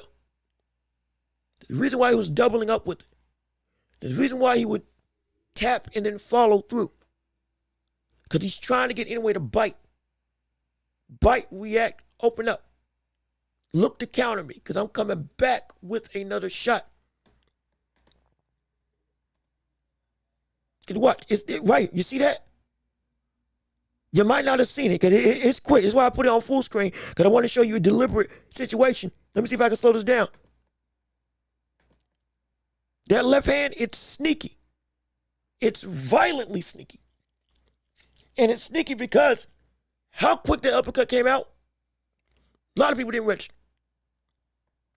A lot of people weren't privy to it. If it'll play, hello? Are we good? Hello? Are we fine? Okay, there we go. There we go. You see the jab, double jab into that another short left uppercut. And look, you see? Look who backed up in that exchange. Nakatani's sparring partner. Why? Because that shot right here. That shot right here. That short, close range, quick left hand. That's going to be the weapon. It's not going to be the big shots that come in and do the, it's not going to be the big shots that come in and do the pop. It ain't. It's not going to be the big shots. The world. I'm sorry. Hold on. Wait a minute. Wait a second. Hold on. Okay. No, I thought I saw something. I thought I saw something else out my window. I'm sorry. I thought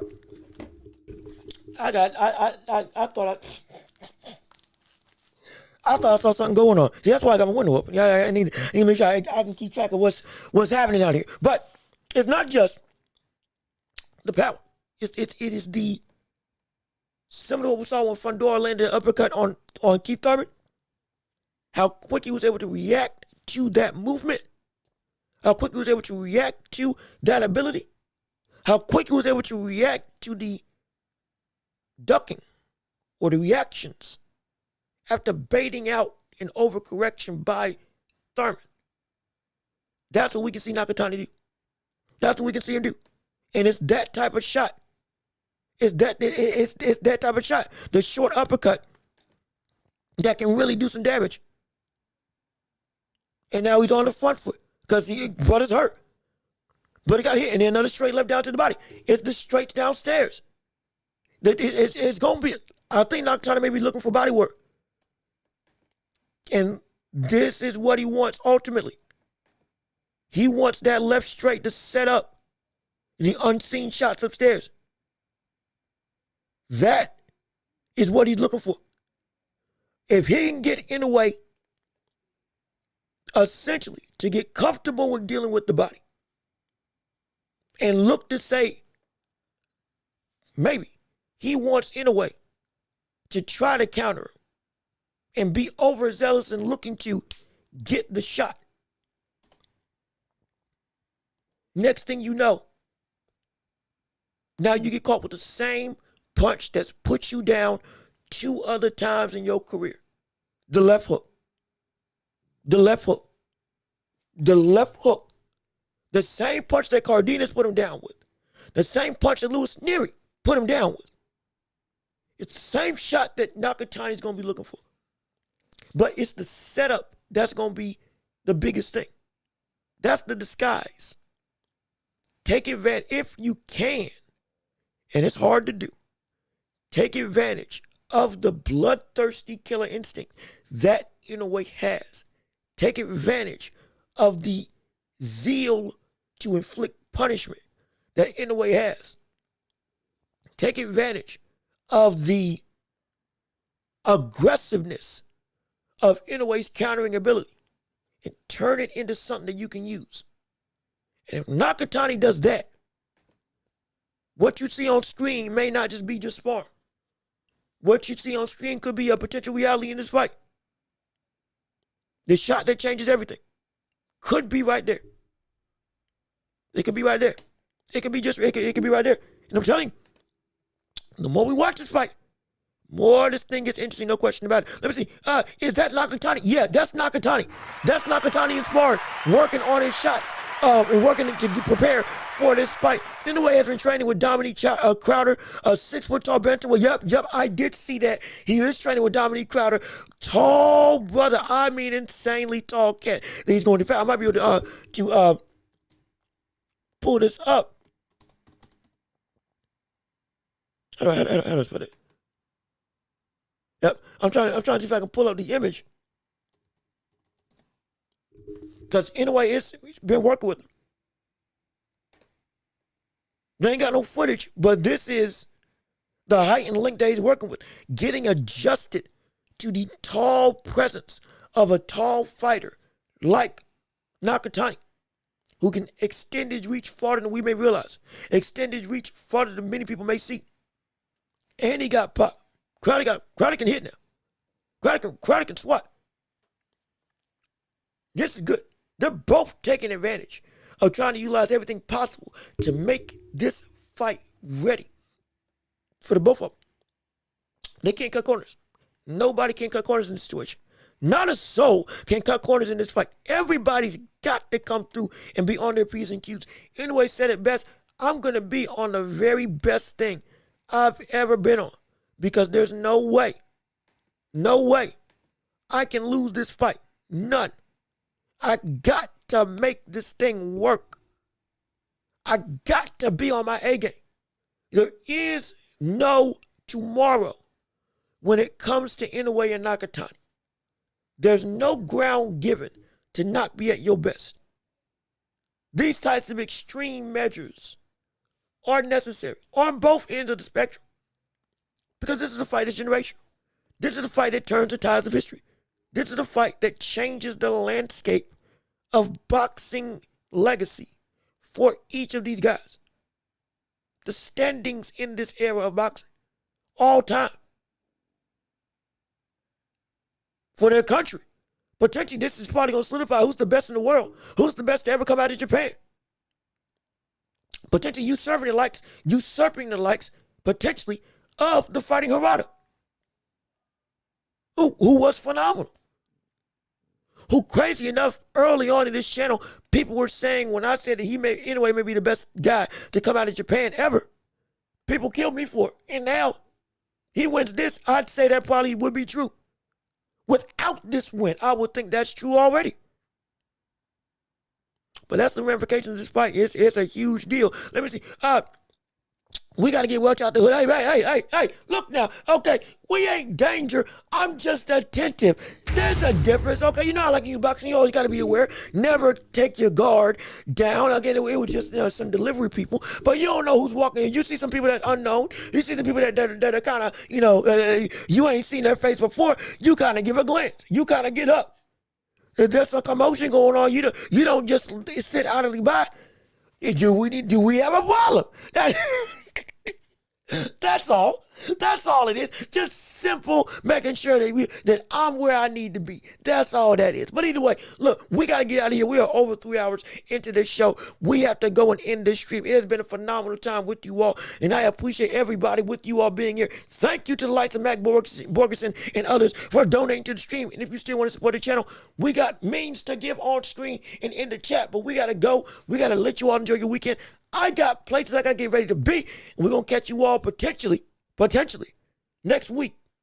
If not, I'll keep you updated. But either way, with all that being said, this has been an episode of The Welch Report with me, your host, Jean-Luc Welch. We thank you so much for tuning in and listening to this show with us on today. Thank you to everybody who tuned in and supported on stream, on the live, and everybody who came through and was absolutely wonderful with your ability to go and invest into this show with your time, with your energy, with your fervor, and with all of the joy that this show does bring. Thank you to everybody who chatted and responded on the show. Y'all were wonderful. Those who gave, we appreciate it absolutely. No question about it. And we can't wait to see you all next time we're here on stream. Again, I'm going to keep you updated on how these next couple of days of streaming are going to go. It ain't going to be able to do it all for the Tyson Fury fight.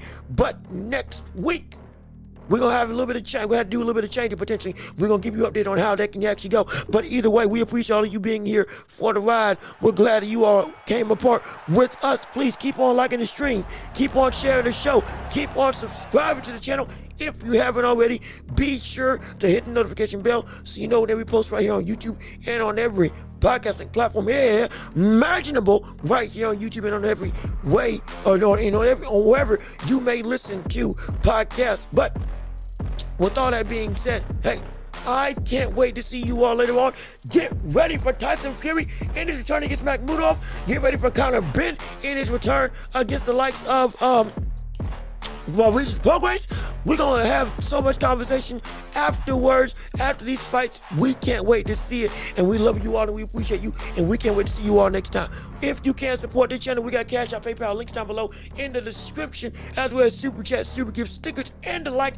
If you want to support the show, it would mean the world to me. It helps me to pay the bills. It helps me to go and edify this show more and more. Top 5 pound chatters for today. Number 1 was Ryan Graves taking number 1 spot. Number 2 was I Need a Bird. Number 3 was Johnny Blaze. Number 4 was Matt Borgerson, and number 5, pound for pound, was Dale Anderson as the top 5 chatters for this stream on today. As you can see down below, and the top donation giver for this show was Matt Borgerson. Congratulations to you, absolutely, and we can't wait to see you all on next time out.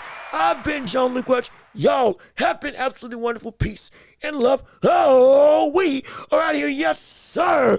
We are going to see you all on, I want to say next week, but we'll find out. We're just going to say next time, because we got to see how this thing can go as I'm traveling. But be safe, be blessed. Salute to you. Peace and love.